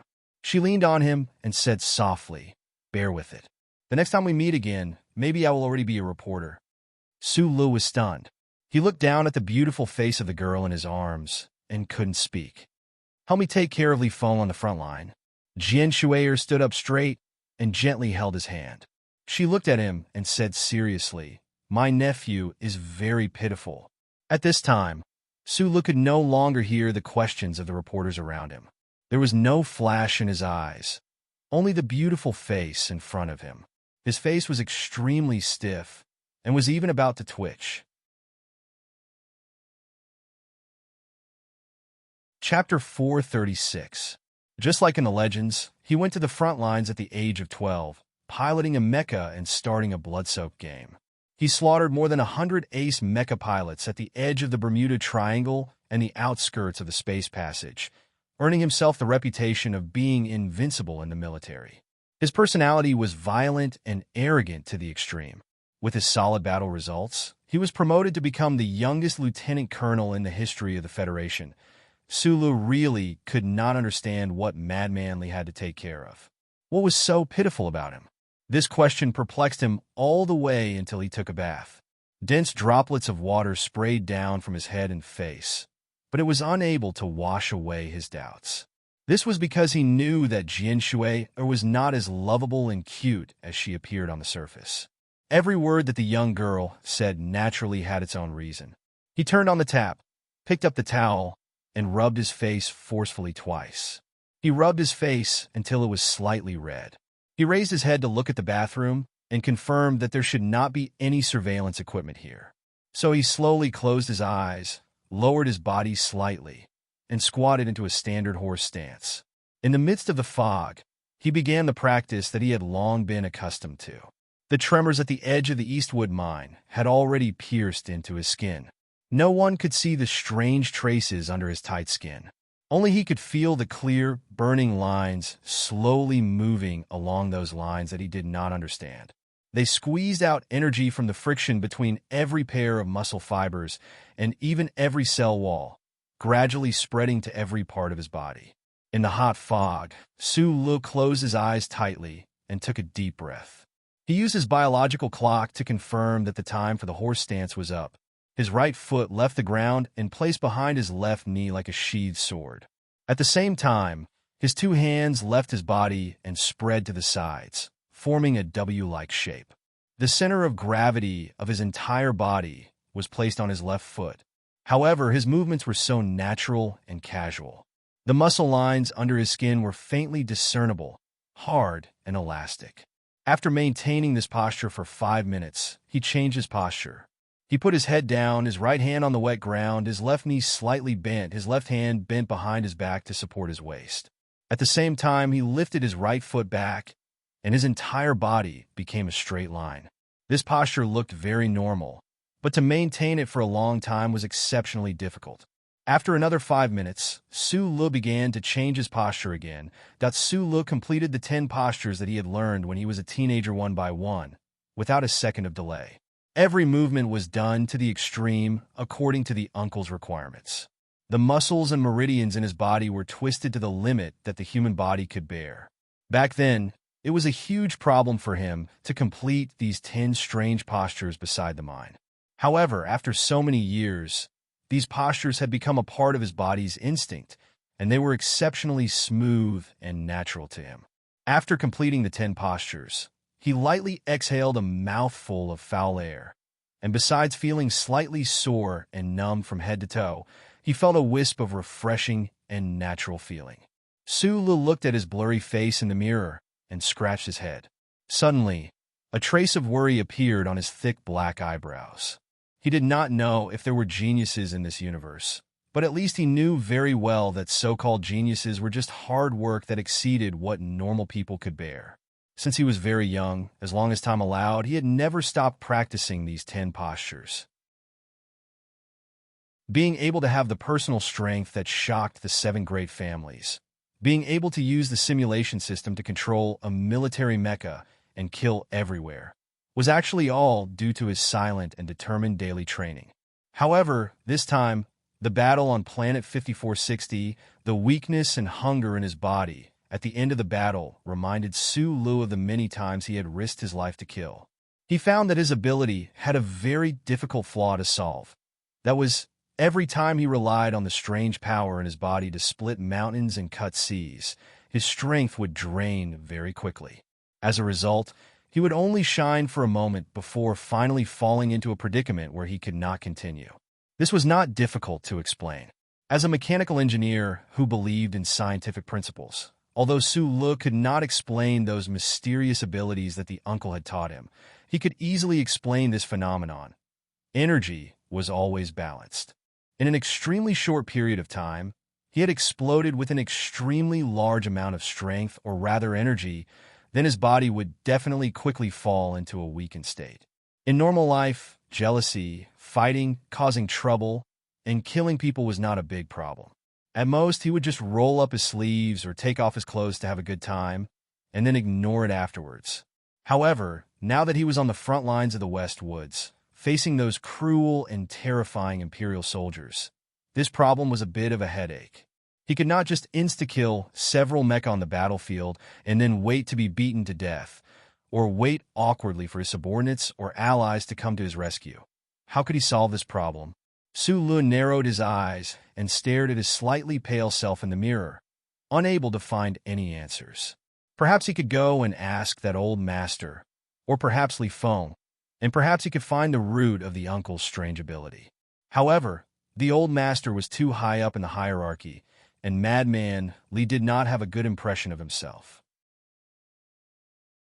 The hot fog in the bathroom was gradually sucked in from the ceiling, and the air returned to normal. Sulu turned on the cold water and slowly rubbed his face. He calmed his heart and forcibly suppressed this hidden danger in the deepest part of his heart. After a moment of silence, like a psychic, he opened his mouth slightly and silently said to the depths of his brain, "Old thing, help me keep an eye on Zhong Ziqi's movements."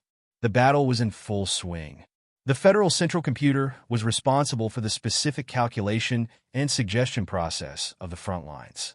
Because he was afraid of disturbing the Central Computer's intense work, he had not taken the initiative to contact that great being for a long time. However, this time he had to make an exception. A string of pure white characters flashed across his left eye. Sulu held the sync with both hands and lowered his head in silence. As long as the old thing kept an eye on Zhong Erlang's movements, he believed that he would not have the opportunity to disturb Jian Shuer walking out of the bathroom. By Yulan, who had been waiting outside the door, handed him a soft cotton towel. Sulu rubbed his wet hair hard and asked, "The Department of Defense still hasn't planned to come?" They had been in the Venus Hotel for 2 days, and the surrounding reporters had already retreated out of boredom. However, the Department of Defense had not issued any new orders to this wonderful team. Bai Yulan shook her head and walked to the window to make a cup of tea. Group 7, along with Sulu and Secretary Bai, a total of 20 combatants, were very clear that they had to stay in the West Woods to carry out the special orders of the Department of Defense. However, this order had not arrived for a day, and they had no confidence in their hearts. Sulu took the teacup and said thank you. Bai Yulan looked at him and suddenly said, "The person in the villa in Xiuming Mountain is the young master of the Li family." Sulu had just sat down on the sofa and was silent for a moment when he heard this. Li Xiuzhu, the heir of the Li family, was pursuing Jian Shuer. Of course, This was a top secret to the general public. However, Group 7 had been responsible for protecting Jian Shui'er for so long, so they were very clear about this matter. The question was, what did this have to do with him?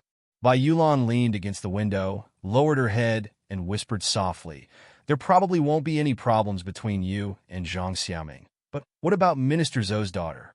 I don't know the truth, but if someone wants to do something, maybe this will be a problem." Su Li's thick eyebrows rose. He understood what Bai Yulan was trying to remind him of. Most likely, in everyone's eyes, the nation's maiden had already cast her heart on him. Although he knew that was not the truth, he could not stop those who cared about him from caring. He didn't know what to say or how to handle the situation.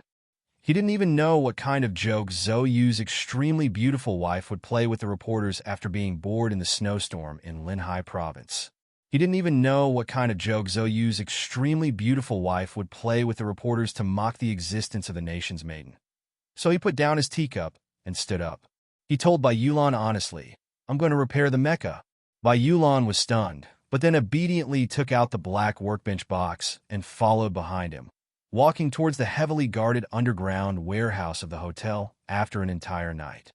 The iris mark has been confirmed. Bai Yulan rubbed her sore eyes, looked at the miniature screen in her hand, and nodded. Then she raised her head to look at the tall black MX mecha by the wall and said softly. Standing outside the cockpit of the mecha, Su Lu, who was in the middle of a data connection, whistled softly. Then he frowned and looked into the distance. Because at the entrance of the warehouse, a group of military officers was walking in. Lieutenant Colonel Su Lu, a major general wearing the uniform of the West Woods military, looked warmly at the young man in the mecha. Su Lu nodded. Because of your outstanding performance during the victorious military operation, the Department of Defense has awarded you the Purple Gold Medal Level 2. The Major General took out a medal from the box of his subordinate beside him and smiled at him, who had just climbed down from the mecha. He lowered his voice and said, "You also know that this is a secret operation, so the award can only be done in secret." Su Lu lowered his head and looked at the glittering medal on the left side of his military uniform. He silently thought that he had already received a Purple Star Medal, the highest grade Purple Dawn Medal, and now he had received a Purple Gold Medal. However, besides the lowest grade Purple Star, it seemed that the rest of the medals could only be left at home to admire. This situation was a little unpleasant. As if guessing what he was thinking, the Major General of the West Woods military reminded him, "At least on the surface of your exclusive mecha, you can paint 10 gold stars. Destroying an Empire mecha was equivalent to painting a gold star. This was the greatest glory of the Federation's mecha warriors." Su Lu was slightly stunned, and then he realized that his battle record on 5460 had already been confirmed by the Department of Defense. Before he could say anything, Bai Yulan, who was standing at the foot of the mecha behind him, had already thrown away the cigarette in her mouth. She smiled and raised the blowtorch in her hand, and began to carefully and attentively paint the gold stars one by one. Perhaps at the same time, on the front line of the faraway West Woods, on the fallen administrative planet filled with black fog and sky full of anti-aircraft artillery fire, between the mournful forest and the wild wilderness, on the rocky mountain in front of the largest landing base built by the Federal Army, the latest model of the Federation's Black MX was slowly retracting its blood-stained alloy chain knife. The base had just repelled a wave of the Empire's ferocious assault, and countless soldiers were staring at the Black MX with fervent and worshipful gazes. This was because in the previous battle, this MX had ruthlessly and incomparably destroyed 11 Empire's mechs.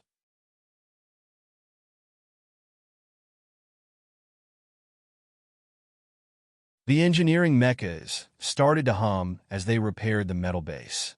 The medics focused on sticking the wounds of the injured soldiers on the medical table. However, all of these people would occasionally raise their heads to look at the gap in the setting sun.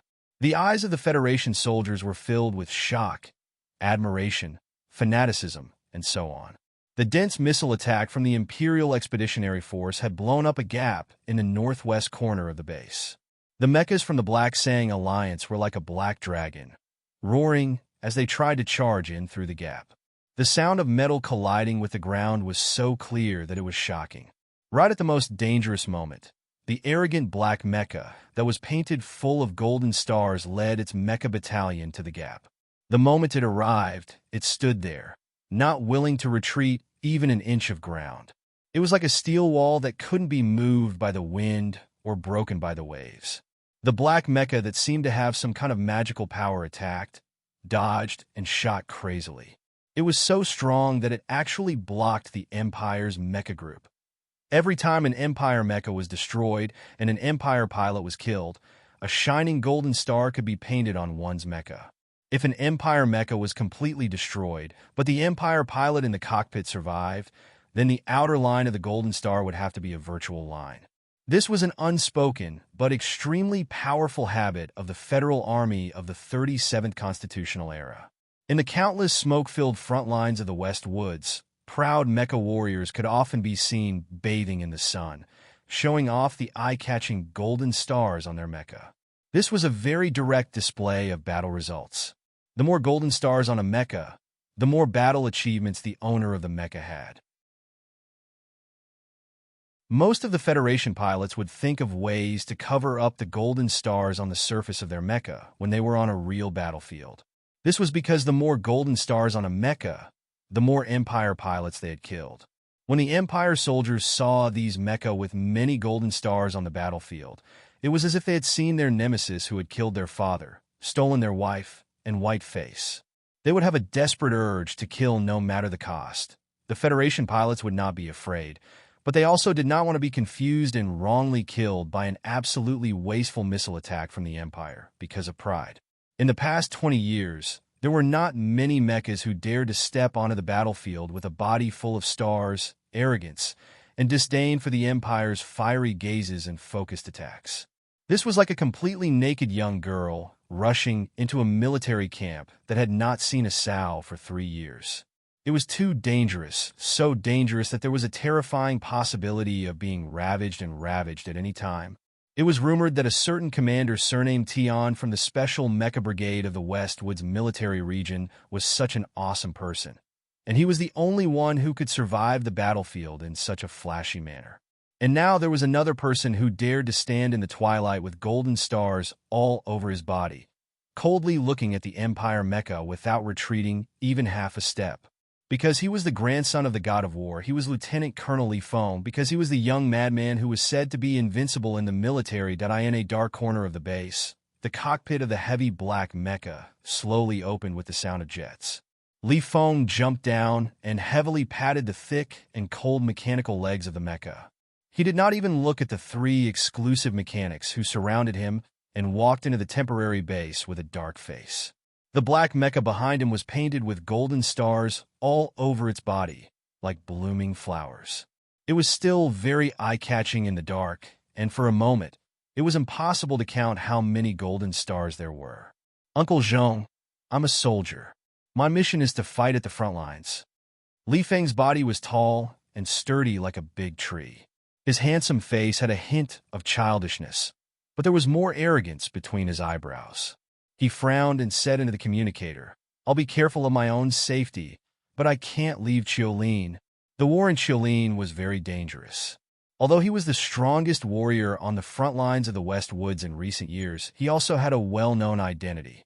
That identity gave him the right to maintain a secret connection with the highest commander on the front lines of the space fleet as a battalion commander of a mecha battalion. However, this identity also made this mecha prodigy feel a little suffocated because none of his direct superiors dared to put him at the front lines, the most dangerous place, to let the only grandson of the god of war die in his own army, and possibly let the Lees of Philadelphia die without descendants. Who dared to bear this responsibility and the anger of hundreds of millions of people in the Federation? Only Commander Zhong, the true tiger of the West Woods, dared to use Madman Li. However, even he, after personally witnessing the fierce battle on the planet's surface, seeing the scene of Madman Li's mecha almost being annihilated by the crazed mecha of the Empire, also had the thought of transferring him back to space. Turning off the communicator, Li Feng pressed his thin, rosy lips together, wanting to laugh but habitually remaining silent and cold. Only Commander Zhong dared to use him under great pressure, daring to send him to a truly dangerous front line. He was very clear on this point, so he was very grateful to this uncle who took care of him and watched over his youth on the battlefield. Ever since he was sent to the front lines by the old man when he was 12 years old, he had always lived in the Zhong family's mansion at number 36 Latitude 2 District. From a certain perspective, he was single-handedly trained by that tiger of the Zhong family. However, this was something that even his biological father, who was the dean of number 1 hospital, might not have a deep understanding of. In the Chilean landing base, which covered an area of 7 square kilometers, the most important thing was the large transport ship landing platform. The Federation soldiers on the base were bathed in blood as they faced the attacks of the Imperial Expeditionary Force. They didn't even have the time to close their eyes, so naturally, they didn't care about any basic necessities. However, Madman Li was special after all. He had his own room and a bathroom with recycled water. Letting the cold, underground water wash his tired body, Li Feng lowered his head and leaned against the wall, his body slightly trembling. After so many consecutive days of extreme fighting, his iron-like body felt that it was reaching its limit. In the water, the muscles on the young lieutenant colonel's strong body were well-defined. Every muscle seemed to contain an inhuman explosive power, which looked extremely exaggerated. Compared to his body, his head seemed a bit small. After taking a shower, he looked at the time and confirmed that there were still 20 minutes left. Without hesitation, he took out his own pressure box, connected it to the power source, and stuck the electrode to his naked skin. The electric current flowed into the young man's body. He let out a muffled groan. Sweat poured down like a waterfall. The endless pain stimulated the thick veins and blood vessels to the point that they were about to drill out of the copper paper-like skin. Every muscle in his body began to be passively squeezed and rubbed. The pain and soreness followed a certain path and continued to extend.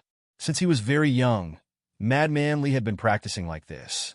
If he didn't have the willpower to endure the rare pain in this world, how could he obtain the rare power in this world?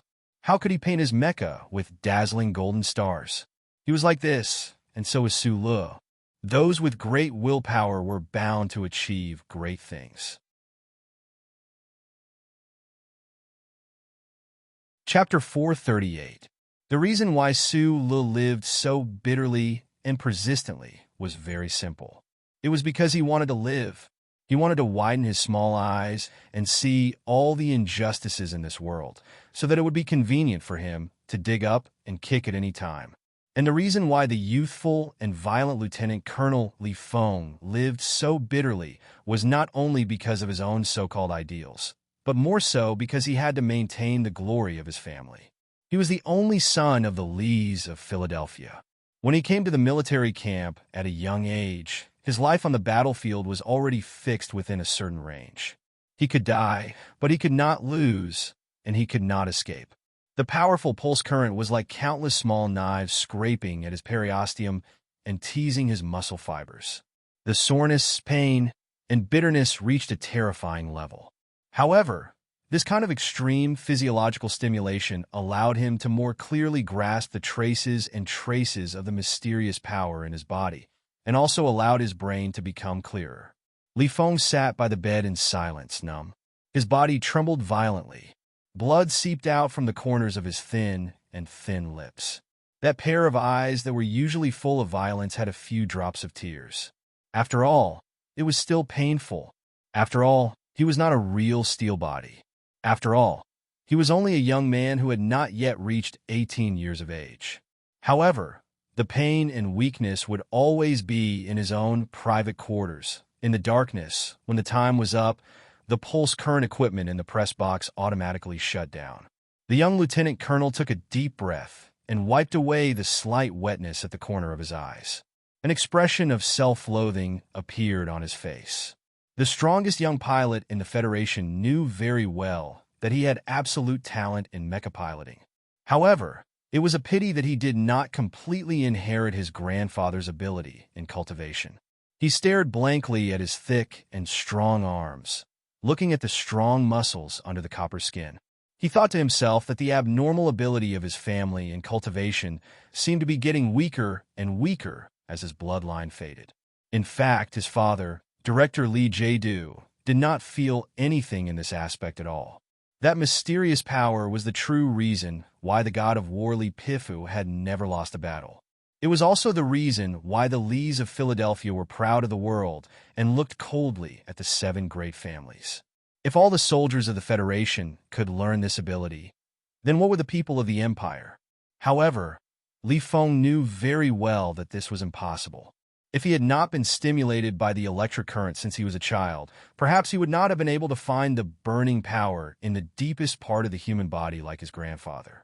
He vaguely knew that there were some truly powerful pilots in the Empire's royal family who also possessed some extremely powerful abilities. However, there were very few of them, and they were of noble status. They had to stay on Tianjing planet to protect the royal family. Therefore, as the strongest warrior in the Federation, he did not have the chance to see them. Thinking of this, Li Feng's eyes burst out with a trace of light. His lips were tightly pursed, and the air around his body condensed, giving birth to a strong fighting spirit. Those true experts of the Empire, that princess of the Empire who was rumored to be as talented as him, who had reached level 6 at such a young age. Could she stand a chance? The air defense alarm in the Chilean base sounded. He looked out of the window, and the light in his eyes gradually faded, turning into some kind of doubt. At this moment, he thought of a person. He had to pay such a huge price to learn the secret martial arts passed down in his family. His uncle. How did he manage to teach that guy? Thinking of Su Lu, Li Feng's emotions became somewhat complicated. He stood up and began to tidy up his military uniform. He was silent, but in his heart, he was a little envious of that guy's story all these years. That guy was not a professional soldier, so he could do whatever he wanted. This freedom to do whatever he wanted was so enviable. Up to this point, Li Feng had long wanted to kill Su Lu, not because he called him uncle, not because of the legendary uncle, and not because of the relationship between Annie Muzi and Su Lu. It was because of a feeling called hypocrisy. After all, in the universe of the Federation, only the 2 of them had certain abilities and secrets. However, Li Feng thought of the words his grandfather had said in Qingqing prison. He couldn't help but frown and shake his head. Dragging the suitcase, he pushed open the door and walked toward the black Mecca painted with golden stars, while Madman Li was being tortured and then thinking and preparing for war with doubts. Su Lu was also thinking and preparing for war with doubts and then being tortured. He stared at the hundreds of soldiers scattered around the military camp. Those 2 thick, knife-like eyebrows of his finally couldn't help but furrow. He didn't understand why the Department of Defense would throw this dog shit in his face. He also didn't know if this was the arrangement of his convenient father-in-law, Minister Zhou, or the old man's sudden idea. The existence of him and the 20 men of Team 7 at the front line was somewhat strange. Nominally, they were mercenaries under Nutshell Company, but Su Lu, the leader, was an active-duty lieutenant colonel of the General Assembly Base. Even the Westwoods Military District couldn't give them orders. They directly received orders from the Department of Defense of the Federation.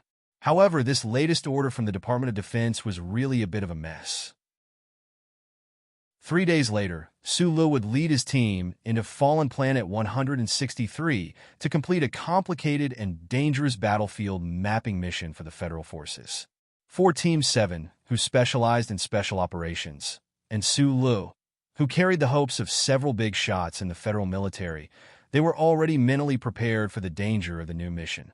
However, they didn't expect that in such a tense time for war, the Department of Defense would throw hundreds of pieces of dog shit in front of them and ask them to take this pile of dog shit with them on the road.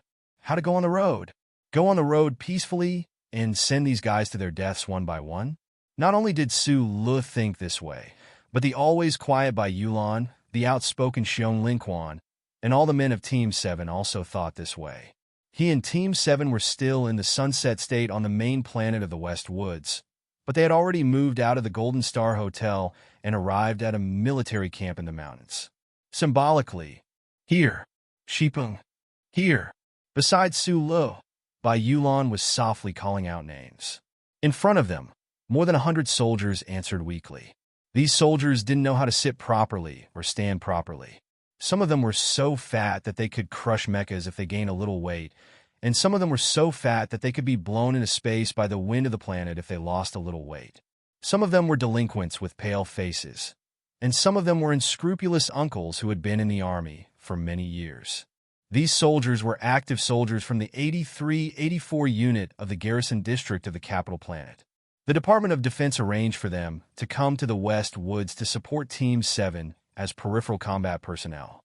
However, when they saw the lazy and rascally appearance of these guys, Sulu and the men of Team 7 couldn't help but wonder, were these people here for a vacation or what they were here for? The 83-84 unit was a unit with a glorious tradition. Its predecessor was the 17th Armored Division that was single-handedly created by the god of war Li Pifu. Ever since the god of war retired, the Federation moved the 17th Division back to the capital planet in order to ensure the continuity of this glorious division. They placed the 17th Division on the banks of the largest city in the Federation, Harbor City. It was originally with good intentions, but unexpectedly, after more than 10 years, the bustling night scene of Harbor City eroded their bones and stole their souls.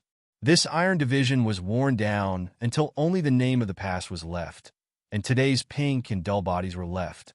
In fact, the men of Team 7 were all from the 17th Division, but they had been transferred to the Whitewater Company a long time ago. Now, they had become the trump cards of their respective units. They looked at these juniors in shock and couldn't help but feel a little scared. If they had stayed in Harbor City all these years, would they have become the same kind of shit? After the roll call ended, Sulu stood at the front without saying a word. He silently looked at these new recruits that belonged to him. Most of the soldiers leaned limply on their chairs. They didn't care about the so-called military discipline, and they didn't even put him, the highest-ranking officer, in their eyes. Some of them had even started smoking, and behind the crowd, there were a few fierce-looking soldiers staring at him coldly. Their eyes were filled with cold arrogance. Sulu looked at these people silently. He didn't reprimand them. He lowered his military cap, adjusted the sunglasses on his nose, and said to Lan Xiaolong, who was behind him, "I remember when we were at the training base, you said that the old man really hoped that I would lead the 17th Division back to its former glory. But I never would have thought that the old man's unit would become like this. Just a long trip on a warship, and they're so tired that they're paralyzed like dogs. I'm not a professional soldier, but I know that this kind of unit can't be considered to have any combat power. How do you think I can lead them? Also, is there something wrong with the heads of the Department of Defense? Training these guys on the battlefield will only kill them. How can they be turned into steel? Can I not accept this?" Major Lan Xiaolong, who was usually sharp-tongued, was especially silent today. This was because he was the only active-duty officer of the 83-84 Division in Group 7. Looking at these old soldiers smoking, chatting, cursing, and even picking their feet, he felt very embarrassed. He smiled bitterly. It should be known that Sulu had always been very good at controlling his emotions. But today, he was so angry that he said such a long paragraph. This was very telling. Bai Yulan put away the electronic notebook and looked at the soldiers in front of him. Even he couldn't help but say coldly, "How did the division become like this?" He was also a member of the 17th Division. Lan Xiaolong shrugged and sighed. Although the garrison officers are very happy to be in Port City every day, their combat power and discipline shouldn't be so bad. According to my understanding, the people sent by the Department of Defense this time are also the best of the 83-84 Division. He took Bai Yulan's electronic notebook and pointed at it softly beside Sulu. Especially these guys, including Song Xiang and Shi Peng, whom Yulan just mentioned, and a few others. As he spoke, Lan Xiaolong pointed at the soldiers in the barracks. The soldiers he pointed at had cold, arrogant, and provocative expressions. There was also a hint of anxiety and anger, as if they didn't care at all about what he was saying to the lieutenant colonel wearing sunglasses. "What do you mean?" Sulu asked. Song Xiang, the son of the principal of Yue University.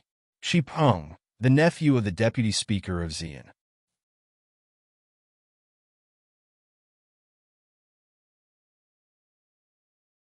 Chapter 439. The weather in the West Woods was a little gloomy today. The air pressure in the camp and Su Li's voice were a little gloomy. Lan Xiaolong lowered his head slightly and laughed bitterly, tacitly agreeing to this unpleasant name. Behind the lazy old soldiers, there were 7 or 8 fellows with clearly different temperaments. These people were clearly not beaten down by the fatigue of the long journey, and were currently displaying their skills on the training equipment, as well as the exaggerated bulging muscles of every part of their bodies. These people played with the heavy training equipment vigorously as they coldly stared at Su Lu and the members of Team 7 in front of the crowd. Although their nostrils were not blowing white smoke into the air, their unruly and slightly provocative gazes were enough to show that these strong soldiers were howling in the depths of their hearts, preparing to do something to pass the time. Looking over there through his sunglasses, Su Lun narrowed his eyes and asked, "Then where are these guys from? Are they bodybuilders from the Ministry of National Defense?" "They are also from our 17th Division." Lan Xiaolong shrugged and said, "The sons of the big shots love to enter the 17th Division, but after all, this is the division that the old man single-handedly brought up, so the Ministry of National Defense still picked out a few elites and stuffed them in." "It's 8,384. Bai Yulan softly interjected from the side. It was obvious that this delicate but deeply incisive man was absolutely unwilling to admit that these old soldiers or those muscle-bound idiots in front of him were the juniors of his division. Lan Xiaolong ignored him and looked at Su Lu and said, "These guys are specially used to represent the division in the various assessments of the Ministry of National Defense. Now, the 17th Division is relying on these people to make a name for themselves. Plus, no one is controlling them, so these guys are a little arrogant and irritable. Yes, they know me, otherwise they would have already made a scene by now. If they were not old soldiers with great backgrounds, then they were undisciplined soldiers." Su suddenly felt that his eyebrows were a little itchy. He reached out his right index finger and lightly scratched it. Looking around the camp, to everyone's surprise, he turned and walked back to his room without saying a word. The 100 or so soldiers from the 17th Division couldn't help but feel a little surprised when they saw the lieutenant colonel, who was obviously their highest-ranking officer, turn around and leave just like that. There wasn't a storm of reprimanding, as they had expected. Song Xiang, who was slumped in his chair, had long prepared himself to be scolded by his superior and then take advantage of the situation to cause trouble. Who would have thought that all his psychological preparations would hit a wall of silence? Instead, he felt a little uncomfortable from being stifled, and his slumped posture became a little stiff. Other than the 4 major military academies in the Federation, Yue University had the deepest relationship with the military. It was the only school that had the right to conduct mecha education. As the only son of a principal, he had been given preferential treatment ever since he joined the military. Otherwise, he would not have dared to act like this, not giving his superior any face. "What the hell is going on? All I know is that we are on the front line in the West Woods. But why are we here? What kind of troop was this? When can we go back?" he asked his companion, Shi Peng, angrily. Shi Peng was the nephew of the vice-chairman of the Federation Management Committee. And logically speaking, any secret transfer by the Ministry of Defense should not have escaped his eyes. However, at this moment, this young master's face was also filled with confusion and resentment. This batch of 100 or so old soldiers were actually feeling abnormally depressed, angry, and confused at this moment. Otherwise, they would not have purposely acted in such a disrespectful manner when their superior called them out.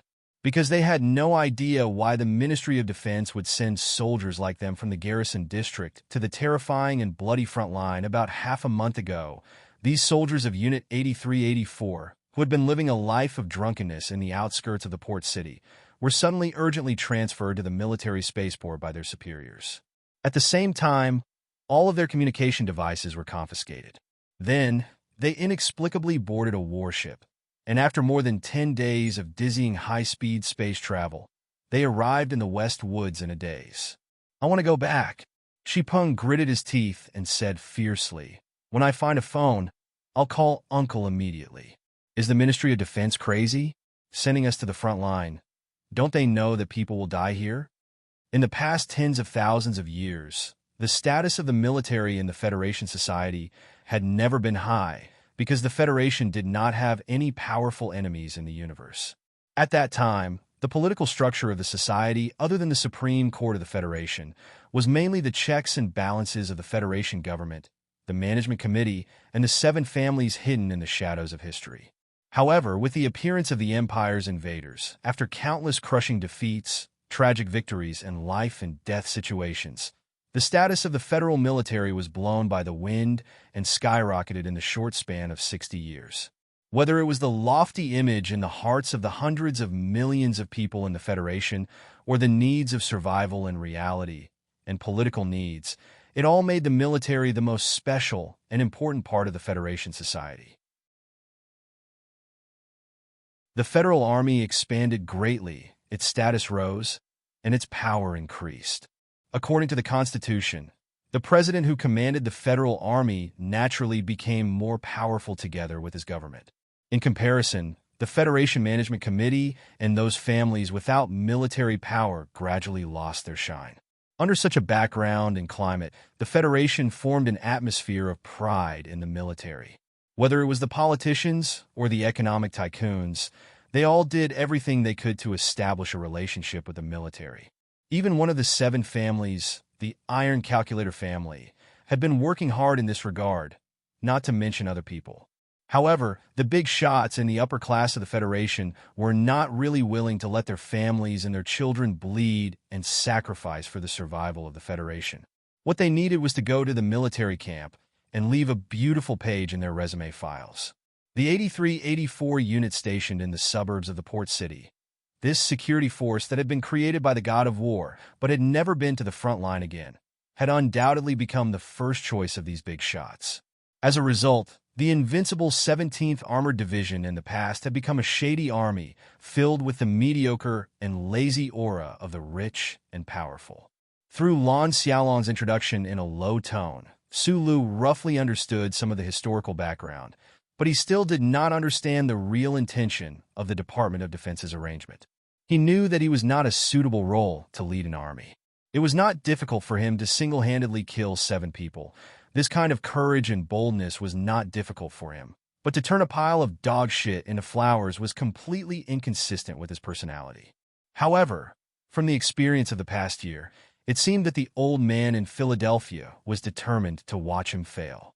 He had to make up his mind to bring these guys from Group 7 out. On the one hand, it was because he could not be like the uncle who took in these guys and ignored their future. The more important reason was that although Group 7 had never had a chance to show their real combat power on the battlefield, after a long time of getting along with them, Sulu had seen their training and knew their professionalism, discipline, and the sense of honor of real soldiers. As for those old soldiers, he sat alone in the room, turned on the workbench, and found that there was a reply from Shang Xiao in the military encrypted mailbox.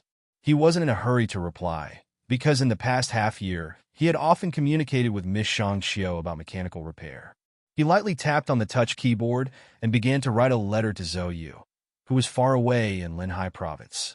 Half an hour later, the beep that represented a reply sounded. In the past 2 years, whenever there was a need for political analysis or calculation, Sulu always habitually thought of this beautiful girl who liked to wear bright red. This habit began in the Wangdu apartment and had not changed since then.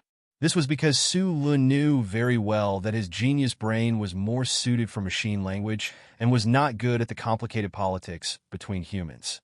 His friend Tai Zuan definitely had an absolutely trustworthy mind, but he did not want this to be mixed in with their friendship. The most important thing was that this prince often went missing. Zhou Yu's reply was very quick. This young mother very calmly used very simple words to analyze the situation Su Lu was facing and the real reason why the Department of Defense used him as a knife. The war between the Federation and the Empire had begun. Other than the shock and excitement of the Federation, there were still inevitably anti-war cries. This was especially so for a group of George Carlin supporters who had split off from the Medellin Youth Army. Through some unknown means, they had obtained the personnel list of certain military logistics units and published it through the Capital Special District Daily. The people of the Federation were shocked and angry to find that these logistics units that did not need to go to the front lines were actually filled with the descendants of Federation politicians and rich people. In the email, Zoe used a very sarcastic tone to mock the big shots of the Federation. She did not even spare her own father, because the current Federation Minister of Defense was actually the real head of logistics for the Federation in recent years. Under the full suppression of the Federation government and the upper echelons of society, this news was suppressed. However, President Pabre ordered the Department of Defense to conduct a sample investigation. He angrily instructed that they must find out whether the danger level of the Federal Army was inversely proportional to its wealth. Perhaps it was because of this background, or because the old man in Philadelphia could not bear to see the current state of the 17th Division anymore. That was why there was this space trip that frightened and angered the young masters, and that was why there was this scene in the Westwoods military camp today. The soldiers of the common people were sacrificing their lives on the front lines in the Westwoods, while the young masters of these big shots were hiding in the suburbs of Harbor City, leading a drunken life. After reading this email, Su Li's narrowed eyes did not become cold, but instead calmed down. He had long known that the Federation had collapsed to a certain extent, but he did not expect that some of the big shots would try to use him as a knife to cut the rotten meat. In his silence, he did not notice that Zoe had used an angry emoticon at the end of the email to ask the hooligan to stop harassing her. Su Lu walked out of the room and came to the military camp under the gloomy sky. Looking at the old soldiers who looked like mud, he put on his sunglasses and said, "Assemble." There was no scene of no one listening to him, because this was a military camp after all, and he was the highest military officer here. It was just that the speed of assembly was a little slow, and those young masters who came to the military camp for gilding seemed to be suffering from cartilage. Sulu looked at the more than 100 soldiers in front of him and clearly saw the so-called sense of superiority and fearlessness on many of their faces.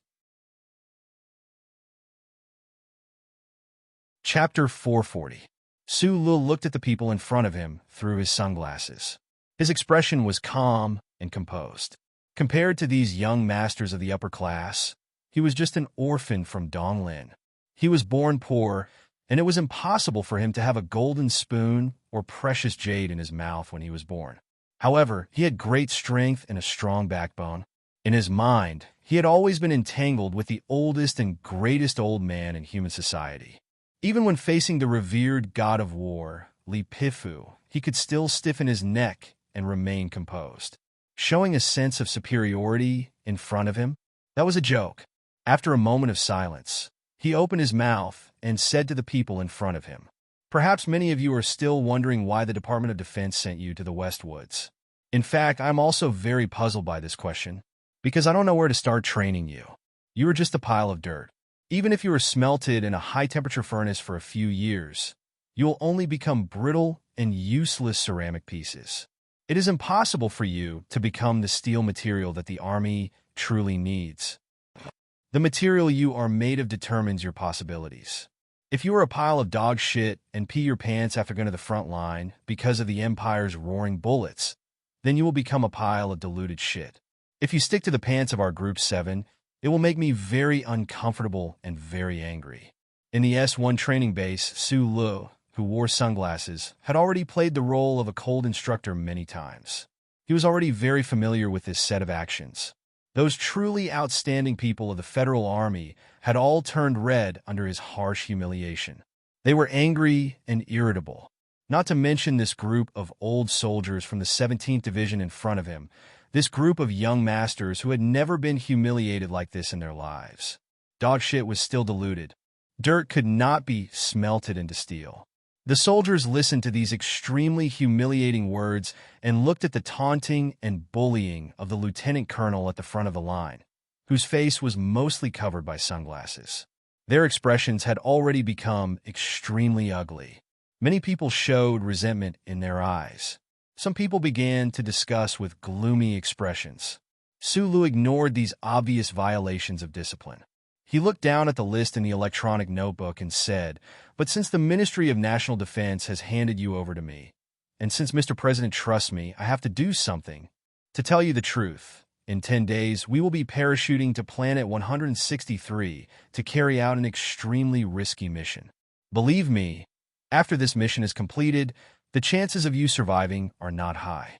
Apart from a few powerful ruffians, most of the soldiers' expressions changed drastically. If it was said that Su Li's previous words had made them angry, then the revealed mission made them feel endless fear. Su Li wasn't lying. According to the analysis in Zhou Yu's email, the Federation government had to do something in order to silence the George Carlin faction and the Green Dragon Mountain faction that was preparing to take advantage of the situation. Regardless of whether it was because of his anger or because he wanted to appease the anger of the people, President Parable had to let these people go to the real front lines and accept the real test of blood and fire. And he was the sword in President Parable's hand. Recognizing this fact clearly, Su Li didn't feel too heavy or angry. He had always admired Pabre. This what Mr. Schur called his own president. This president had rescued him from prison. The president had always displayed a moral integrity that was completely different from the politicians. The president was an exception in the political history of the Federation. He was an exception that deserved the sincere protection of people like Su Li, so he was willing to work hard to complete the mission given by the president. As for the sons of these important figures in the Federation, if they wanted to live, they had to change their attitude towards life. If they died, Su Li believed that he wouldn't have too many tears to shed. He looked at the few powerful ruffians in the back of the crowd who didn't hide their cold, arrogant, and wild expressions. His brows furrowed. These bodybuilders of the 17th Division looked as cold and callous as douche-shouting soldiers, but they hadn't learned the iron 7th Division sense of discipline at all. It was truly a bit annoying. Yin Bingyin, Lu Qingsong. He called out the names of those people and said, "You guys stay here. The rest of you start running laps until I tell you to stop." This was an order to half disperse. At this moment, the soldiers who had fallen into shock, panic, and anger didn't follow the order to run.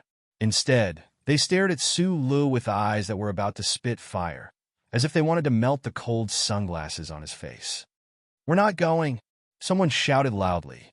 Shi Peng said coldly, "We demand freedom of communication." The son of another senator shouted angrily, "Why do we have to go to the front lines? Since when can the garrison area fight in a foreign land? You have to give us an explanation, or else we want the Ministry of Defense to give us an explanation." As soon as the son thought of going to war with those beast-like Empire people, his face turned pale with fright. He pulled at his hair in pain, completely unable to understand what was happening before his eyes. He couldn't inform his father, family, or girlfriend. Did he have to go to the front lines in such a muddled manner? Under the influence of all kinds of emotions, the crowd began to become agitated. They protested loudly and angrily. They had no intention of leaving at all. Instead, they surrounded Su Li and the members of the 7th Division. They were not real soldiers of the Federation in the first place. Suddenly realizing that they were about to face an iron-blooded war, the desire to survive, the fear of being forgotten, and the hatred for Su Li's attitude mixed together and turned into a kind of tide of excitement. Bai Yulan glanced at Su Li, using her gaze to ask if they needed to suppress him. Su Li shook his head, used his index finger to push up his sunglasses, and walked towards the back of the crowd. The old soldiers didn't run laps after disbanding, and those few strong soldiers he had named also didn't stay behind as ordered. Instead, they returned to the training equipment without any discipline. They began to flex their muscles again, silently and disdainfully spraying the smell of hormones as a silent demonstration and protest. The heavy training equipment collided continuously, producing dull metallic sounds. The muscular men in the tight singlets were drenched in sweat. They looked at the approaching Su Li, but had no intention of getting up at all.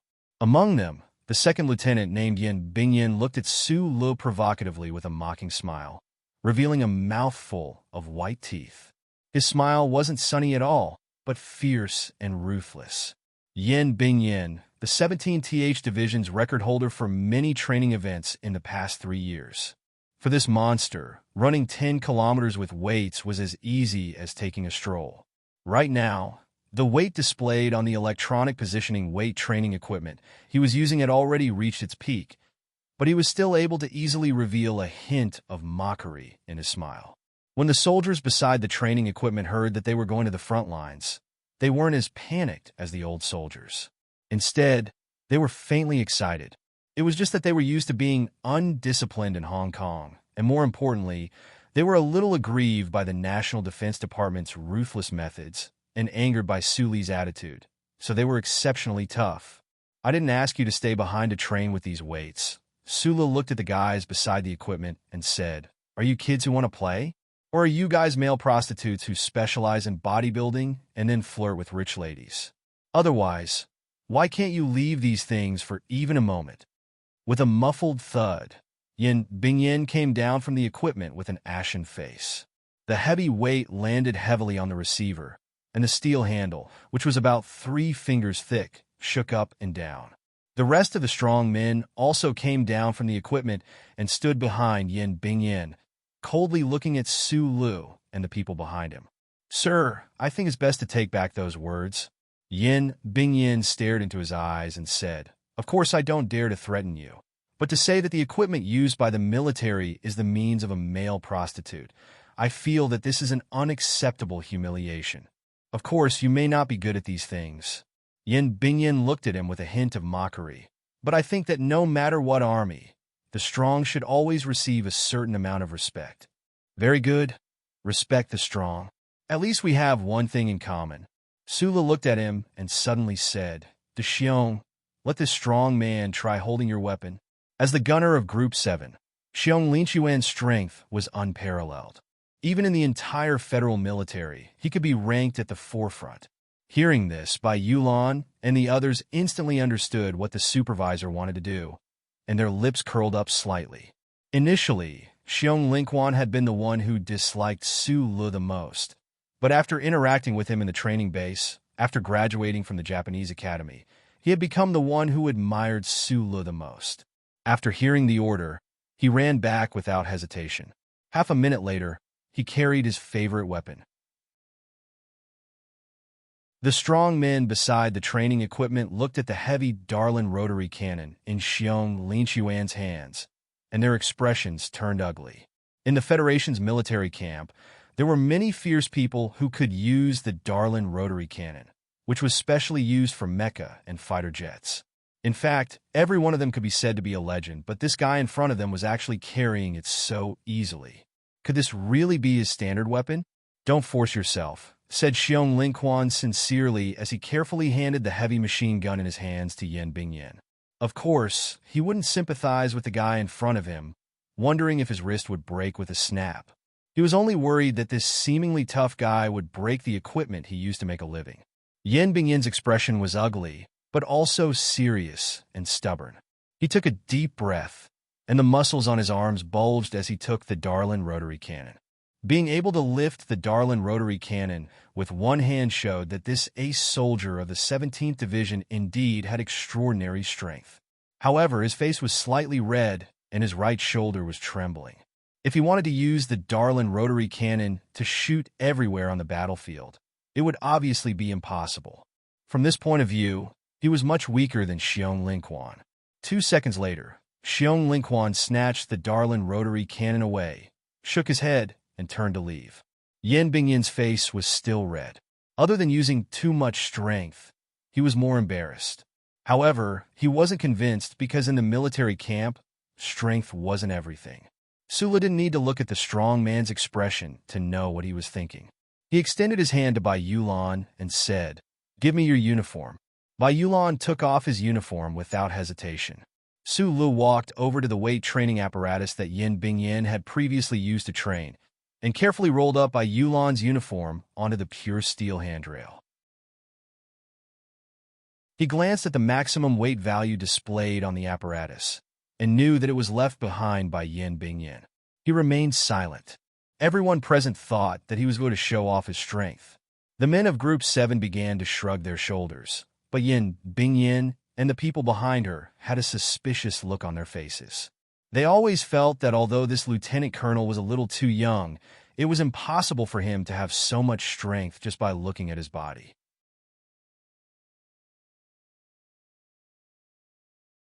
Chapter 441. There was a very soft cracking sound.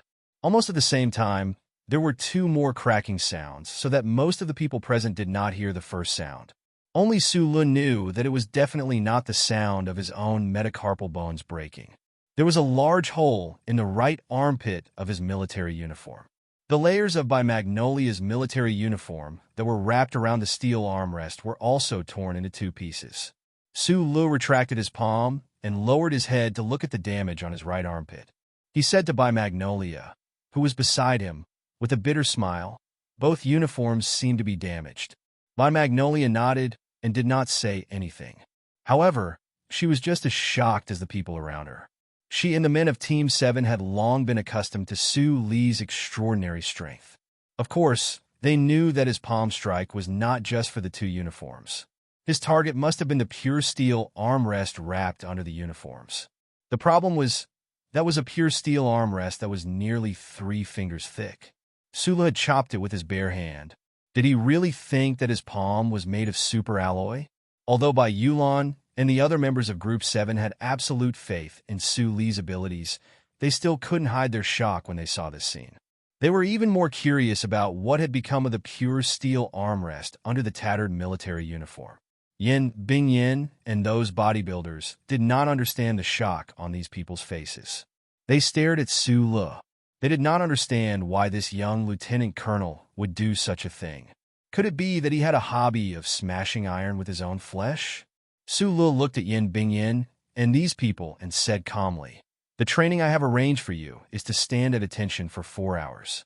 After that, you will have to do marching and formation training.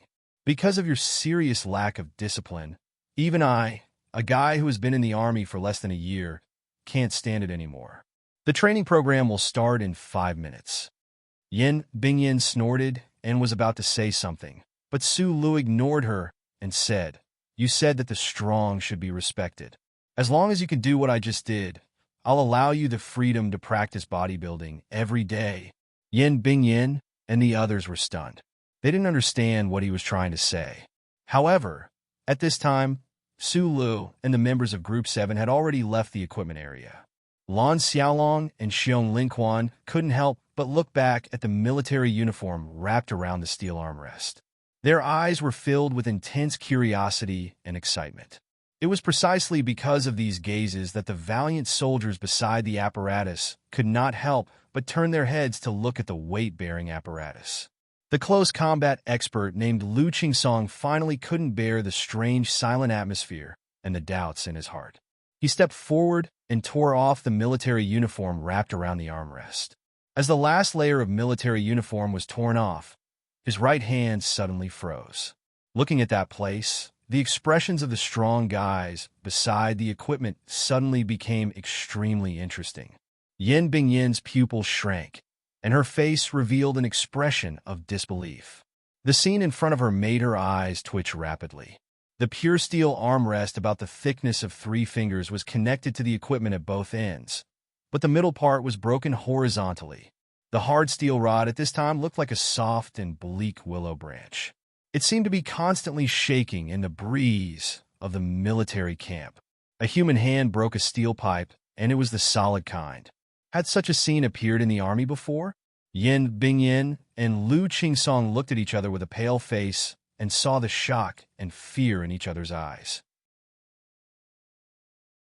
It seemed that the 4 hours of standing at attention and boring marching training were inescapable.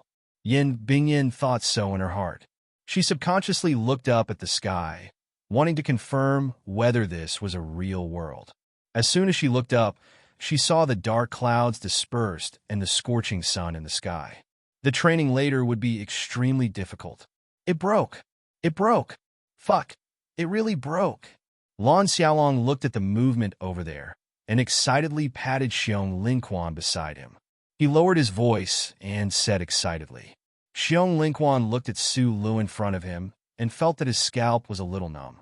He was a fierce warrior who lifted cement boards and smashed people. However, after following Su Lu, he found that this well-proportioned and not strange director was the real fierce one. Yulan followed beside Su Lu.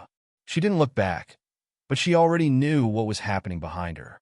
Her slender eyes that were faintly discernible through her black hair flashed with a trace of shock. Facing a solid steel pipe that was 3 fingers thick, the boss actually dared to use his bare hands to chop it. This was a completely crazy realm and confidence. Su Lu listened to the shocked discussion of the men of Group 7. The thin corners of his lips slightly curled up, showing a trace of pain. He rubbed his red and swollen palm and thought to himself, I was a lunatic who dared to step on Mecca, let alone a steel pipe. But the steel pipe is really hard. My hand hurts. The old soldiers of the 17th Division didn't run laps. They stood in front of the military camp and protested loudly. Meanwhile, the young masters of the big shots, including Shi Peng, were moving their eyes quickly, trying to find a way to communicate with the outside world in this enclosed military camp. These young masters firmly believed that as long as they let the elders of their families know what kind of humiliation and danger they were enduring, they would definitely have a way to interfere with this inexplicable and crazy action of the military. Why don't you run laps? Su Lu walked in front of them and asked, You should know the rules of the military very well. I don't want to take measures to punish you on the first day. The young popinjays stared at him angrily and didn't say a word. They didn't see the scene that happened by the equipment just now, so they didn't know what kind of terrifying strength this lieutenant colonel with sunglasses had. On the contrary, they habitually used the ability to judge people that they had honed in the upper class of the capital ring to place most of their attention on Su Li's age. Through the wide sunglasses, they seemed to be able to confirm that this lieutenant colonel was very young. To become a high-ranking officer in the military at such a young age, this person definitely had a great background. It was unknown whether or not being transferred to the front line by the Ministry of Defense would involve some hidden storm in the political world. However, if it was a competition of family background, these popinjays definitely didn't need to admit defeat. Shi Peng didn't answer Su Li's question. With a gloomy face, he said, We were kidnapped. Before we know the reason, I refuse to obey orders. At the very least, you should let us have the freedom of communication that every citizen and soldier should have. Why don't you run laps? Su Lu didn't seem to see this person's face. When he heard this person's words, his eyes were hidden behind the sunglasses as he asked in a soft and dull voice. Not getting any response, Shi Peng's face became even uglier. Instead of running, he slowly sat back down on the chair. He stretched out his hand and waved it in the air. A few people followed his lead and sat down in a bold and decisive manner. They wanted to embarrass Su Lu and the men of Group 7 in front of the crowd without any words. After 10 seconds of suppressed silence and tension, no one answered Su Li's question that was repeated for the second time. He glanced at the popinjays who were sitting on the chairs, turned around, and whispered something to Bai Yulan. Bai Yulan's soft eyebrows instantly raised. Like the flowers in spring, there was a hint of awkwardness and solemnity in the gentleness. Hearing Su Li's order, even someone as cold as him felt a little surprised and troubled. These old soldiers in front of him were completely different from the bodybuilders beside the machines. Their fathers were all famous big shots in the Federation. Even the Ministry of Defense couldn't completely resist the pressure from these families.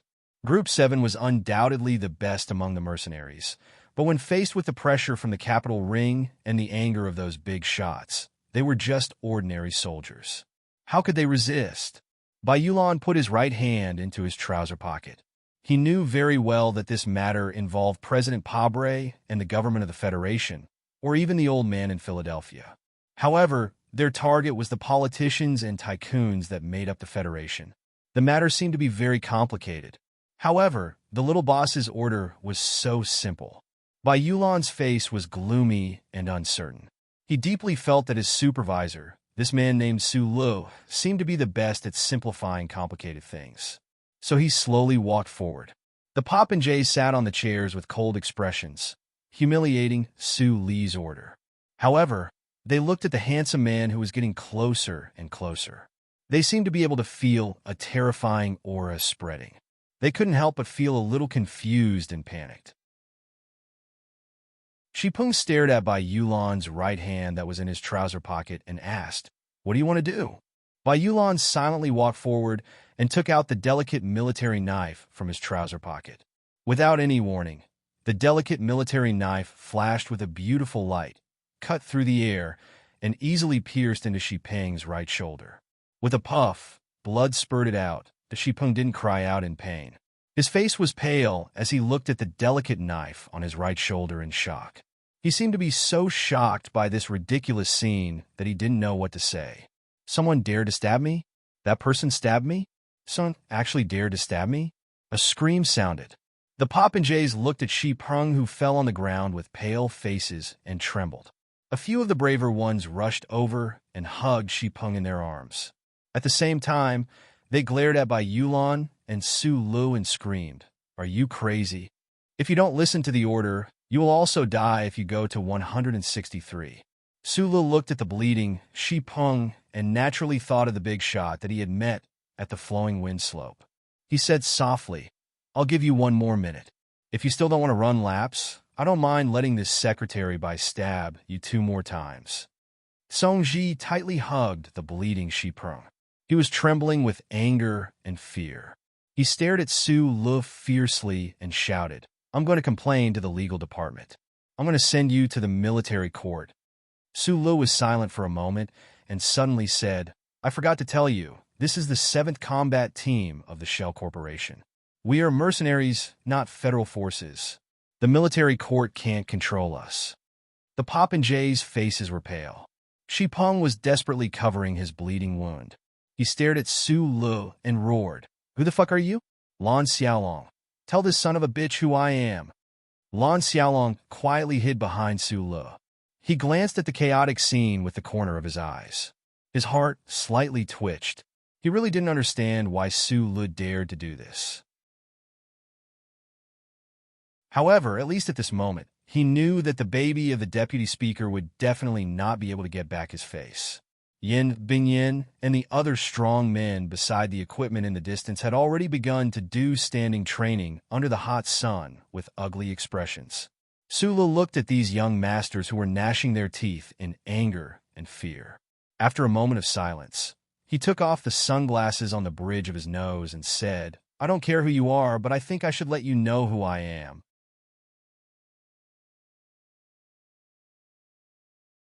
Chapter 442. It was still that Federation proverb, "A person has a name, a tree has a shadow." Su Lu.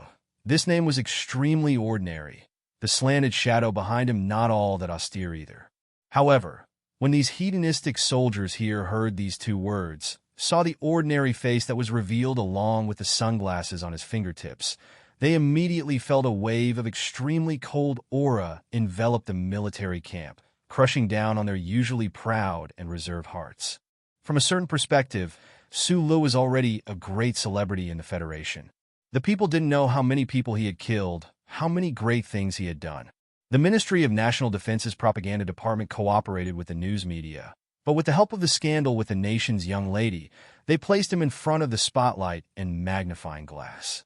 Now that this name was spat out from his thin lips, it would no longer be as light as a feather.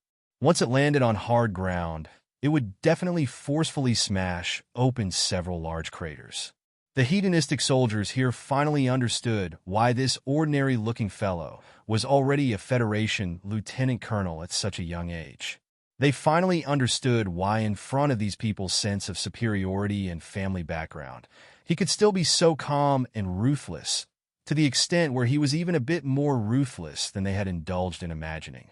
It was because he was Su Lu, the young genius that military god Li Pifu and President Pabre both held in high regard, a target that the federal military focused on nurturing.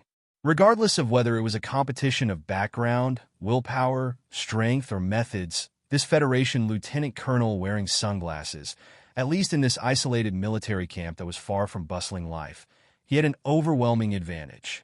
Xipeng and the few young masters closest to him weren't those hedonistic sons who drove a few sports cars and whistled a few times just because their fathers had several hundred million in assets.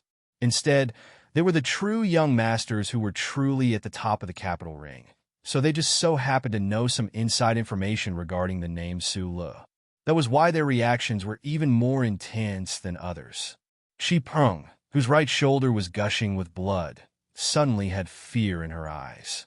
Shocked by this name, she fell backwards with a resolute manner, bringing along her group of friends whose faces instantly turned deathly pale. They fell onto the ground in an extremely miserable manner, becoming a mess in the luxurious and exquisite upper circle of the Capitol ring. The old and rather shrewd middle-aged bigwigs had a publicly acknowledged evaluation of Sulu, this person who suddenly rose to prominence. This was a calm madman. He had once smashed the Nutshell Research Institute with his peace axe, and then quietly helped the Nutshell Research Institute set up AMX. He pulled down the old man from the Federal Academy of Sciences and gave him a few ruthless slaps across the face.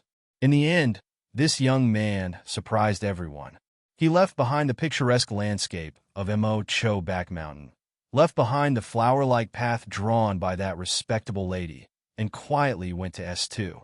He wore sportswear, carried a bag of guns, broke into a certain building, and killed that counselor who caused countless headaches and fears. In the eyes of those bigwigs, Su Li's temperament was calm and cheerful, but he had done so many things that were considered crazy by the rules they were accustomed to, especially the abandonment and killing in the end.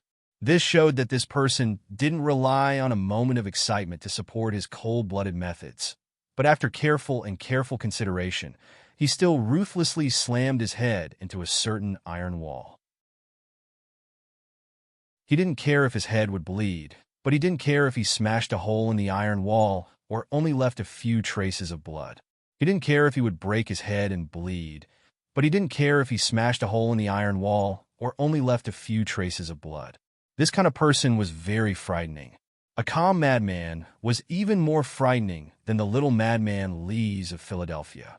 Even if Madman Lee dared to rush into Parliament Hill and start a fight, he definitely wouldn't dare to do such a thing. Based on the evaluation of this person in the upper circle, and the legendary death of a certain senator, Shi Peng, who was lying on the ground, couldn't help but feel cold all over as he looked at the calm and sincere officer in front of him. Even if the other party was smiling like a flower under the sun and was as calm as water, he could still smell the blood and see the demon's horns. The fact that Macklin was killed by Su Lu and Shi Qinghai together was one of the Federation's biggest secrets. However, as George Carlin once mockingly pointed out, the Federation's information was not equal. The so-called secrets were originally the fruits of the upper circle's harvest. Therefore, Shi Peng knew, and so did the sons of the governors and senators around him. Shi Peng's uncle was a senior senator of the Federation. The current deputy speaker, Shaun, was compared to Macklin, who had died at the hands of Su Lu. Perhaps because of his long experience in business, his hidden strength and connections were deeper and wider. However, on the surface, he couldn't compare to Macklin's once impressive reputation. It should be known that although Macklin had already withdrawn from the presidential election at that time, he wasn't the villain that was hated by the people today. He still had the support of the people, and the Federation's government and political circle. Even terrifying existences like the 7 great families had to make some kind of compromise. However, this guy in front of him just so unreasonably and brutally killed him. Su Lu even dared to kill Macklin at that time, let alone Shi Peng, who was only his uncle's nephew. Shi Peng's face was pale, and his eyes were wandering. However, he could still clearly feel the pain from the sharp wound on his right shoulder. He was more and more convinced that if he continued to resist, he was afraid that this delicate and feminine man would really stab him to death. After only 2 seconds of silence, Shi Peng tightly pursed his lips and climbed up from the ground with difficulty. He saluted Su Lu and then turned to walk toward the field. His strong will, because of his family background, power, and money, instantly collapsed and shattered in the face of the simplest and most direct shadow of blood and death. At least in this military camp, he had to endure, stall for time, and wait for his family's response. Su Lu lowered his head and looked at his watch, calculating the time. The foppish soldiers all turned pale and ran toward the field. Su Lu raised his head, put on his sunglasses again, and said a few words to the people behind him. The outstanding battlefield medic of Team 7, Ho Xiandong, immediately reacted and rushed to the field. He pulled Shi Peng to the shade and began to treat the wound on his shoulder. Bai Yulan's stab was not deep, but the wound was a little long and there was a lot of blood. It looked a little scary. They were the mercenaries of Nutshell Company and did not seem to have to worry about the existence of military discipline or military court. However, no matter how cold and silent Su Lu was, he would not stab his subordinates to death just because they did not attend training. Strangely, however, many people seem to think that Su Lu was really a terrifying person who killed without batting an eyelid. The foppish soldier running toward the field was the last to follow the symbol. Su Lu called out to him. After a moment of silence, he said, "Don't embarrass the old principal." The symbol's face was covered in bruises and bruises. He did not know that his father was the principal of Yue University.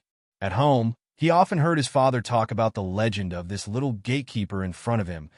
Su Lu had never received professional training in the military camp. He had never run weight-bearing training.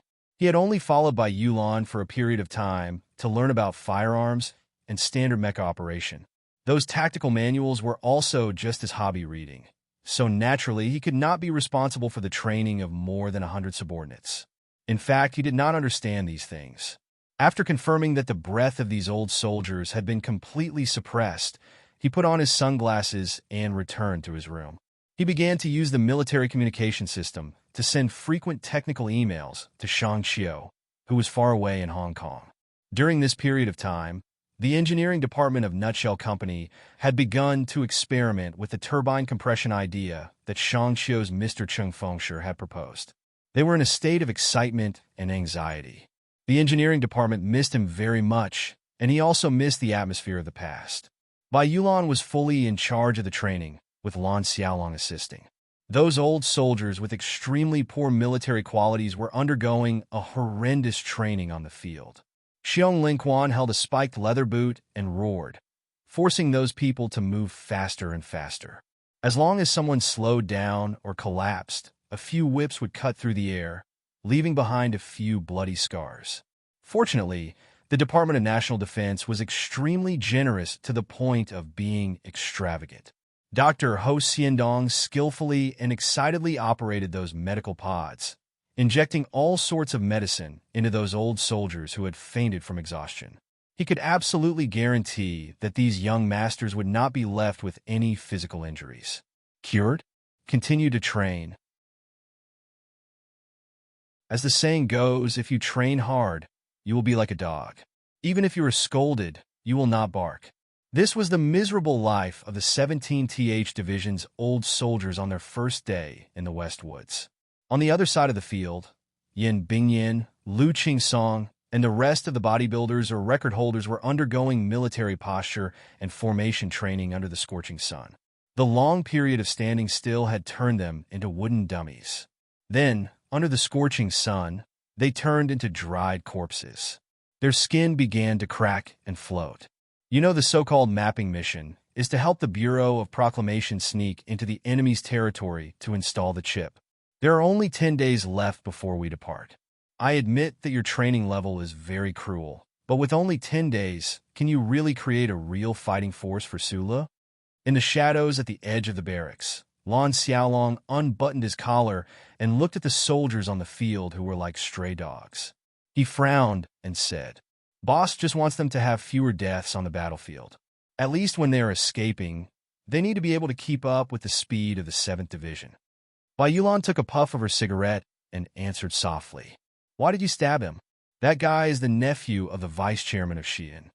Lan Xiaolong looked at the field and said worriedly, "You should be very clear about the background of these old soldiers in the division.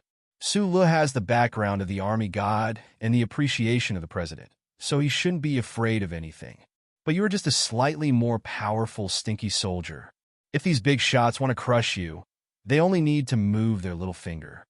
Bai Yulan took a puff of her cigarette and knew that Lan Xiaolong was telling the truth.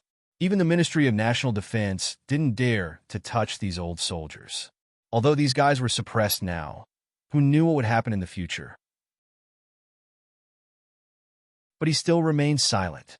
Lan Xiaolong was silent for a moment. He turned his head and stared at the pair of slender eyes through the black hair. He said very seriously, "You keep insisting on calling him boss. Are you really going to sell your life to this guy?" You're tuning in to the Romance Rendezvous YouTube channel.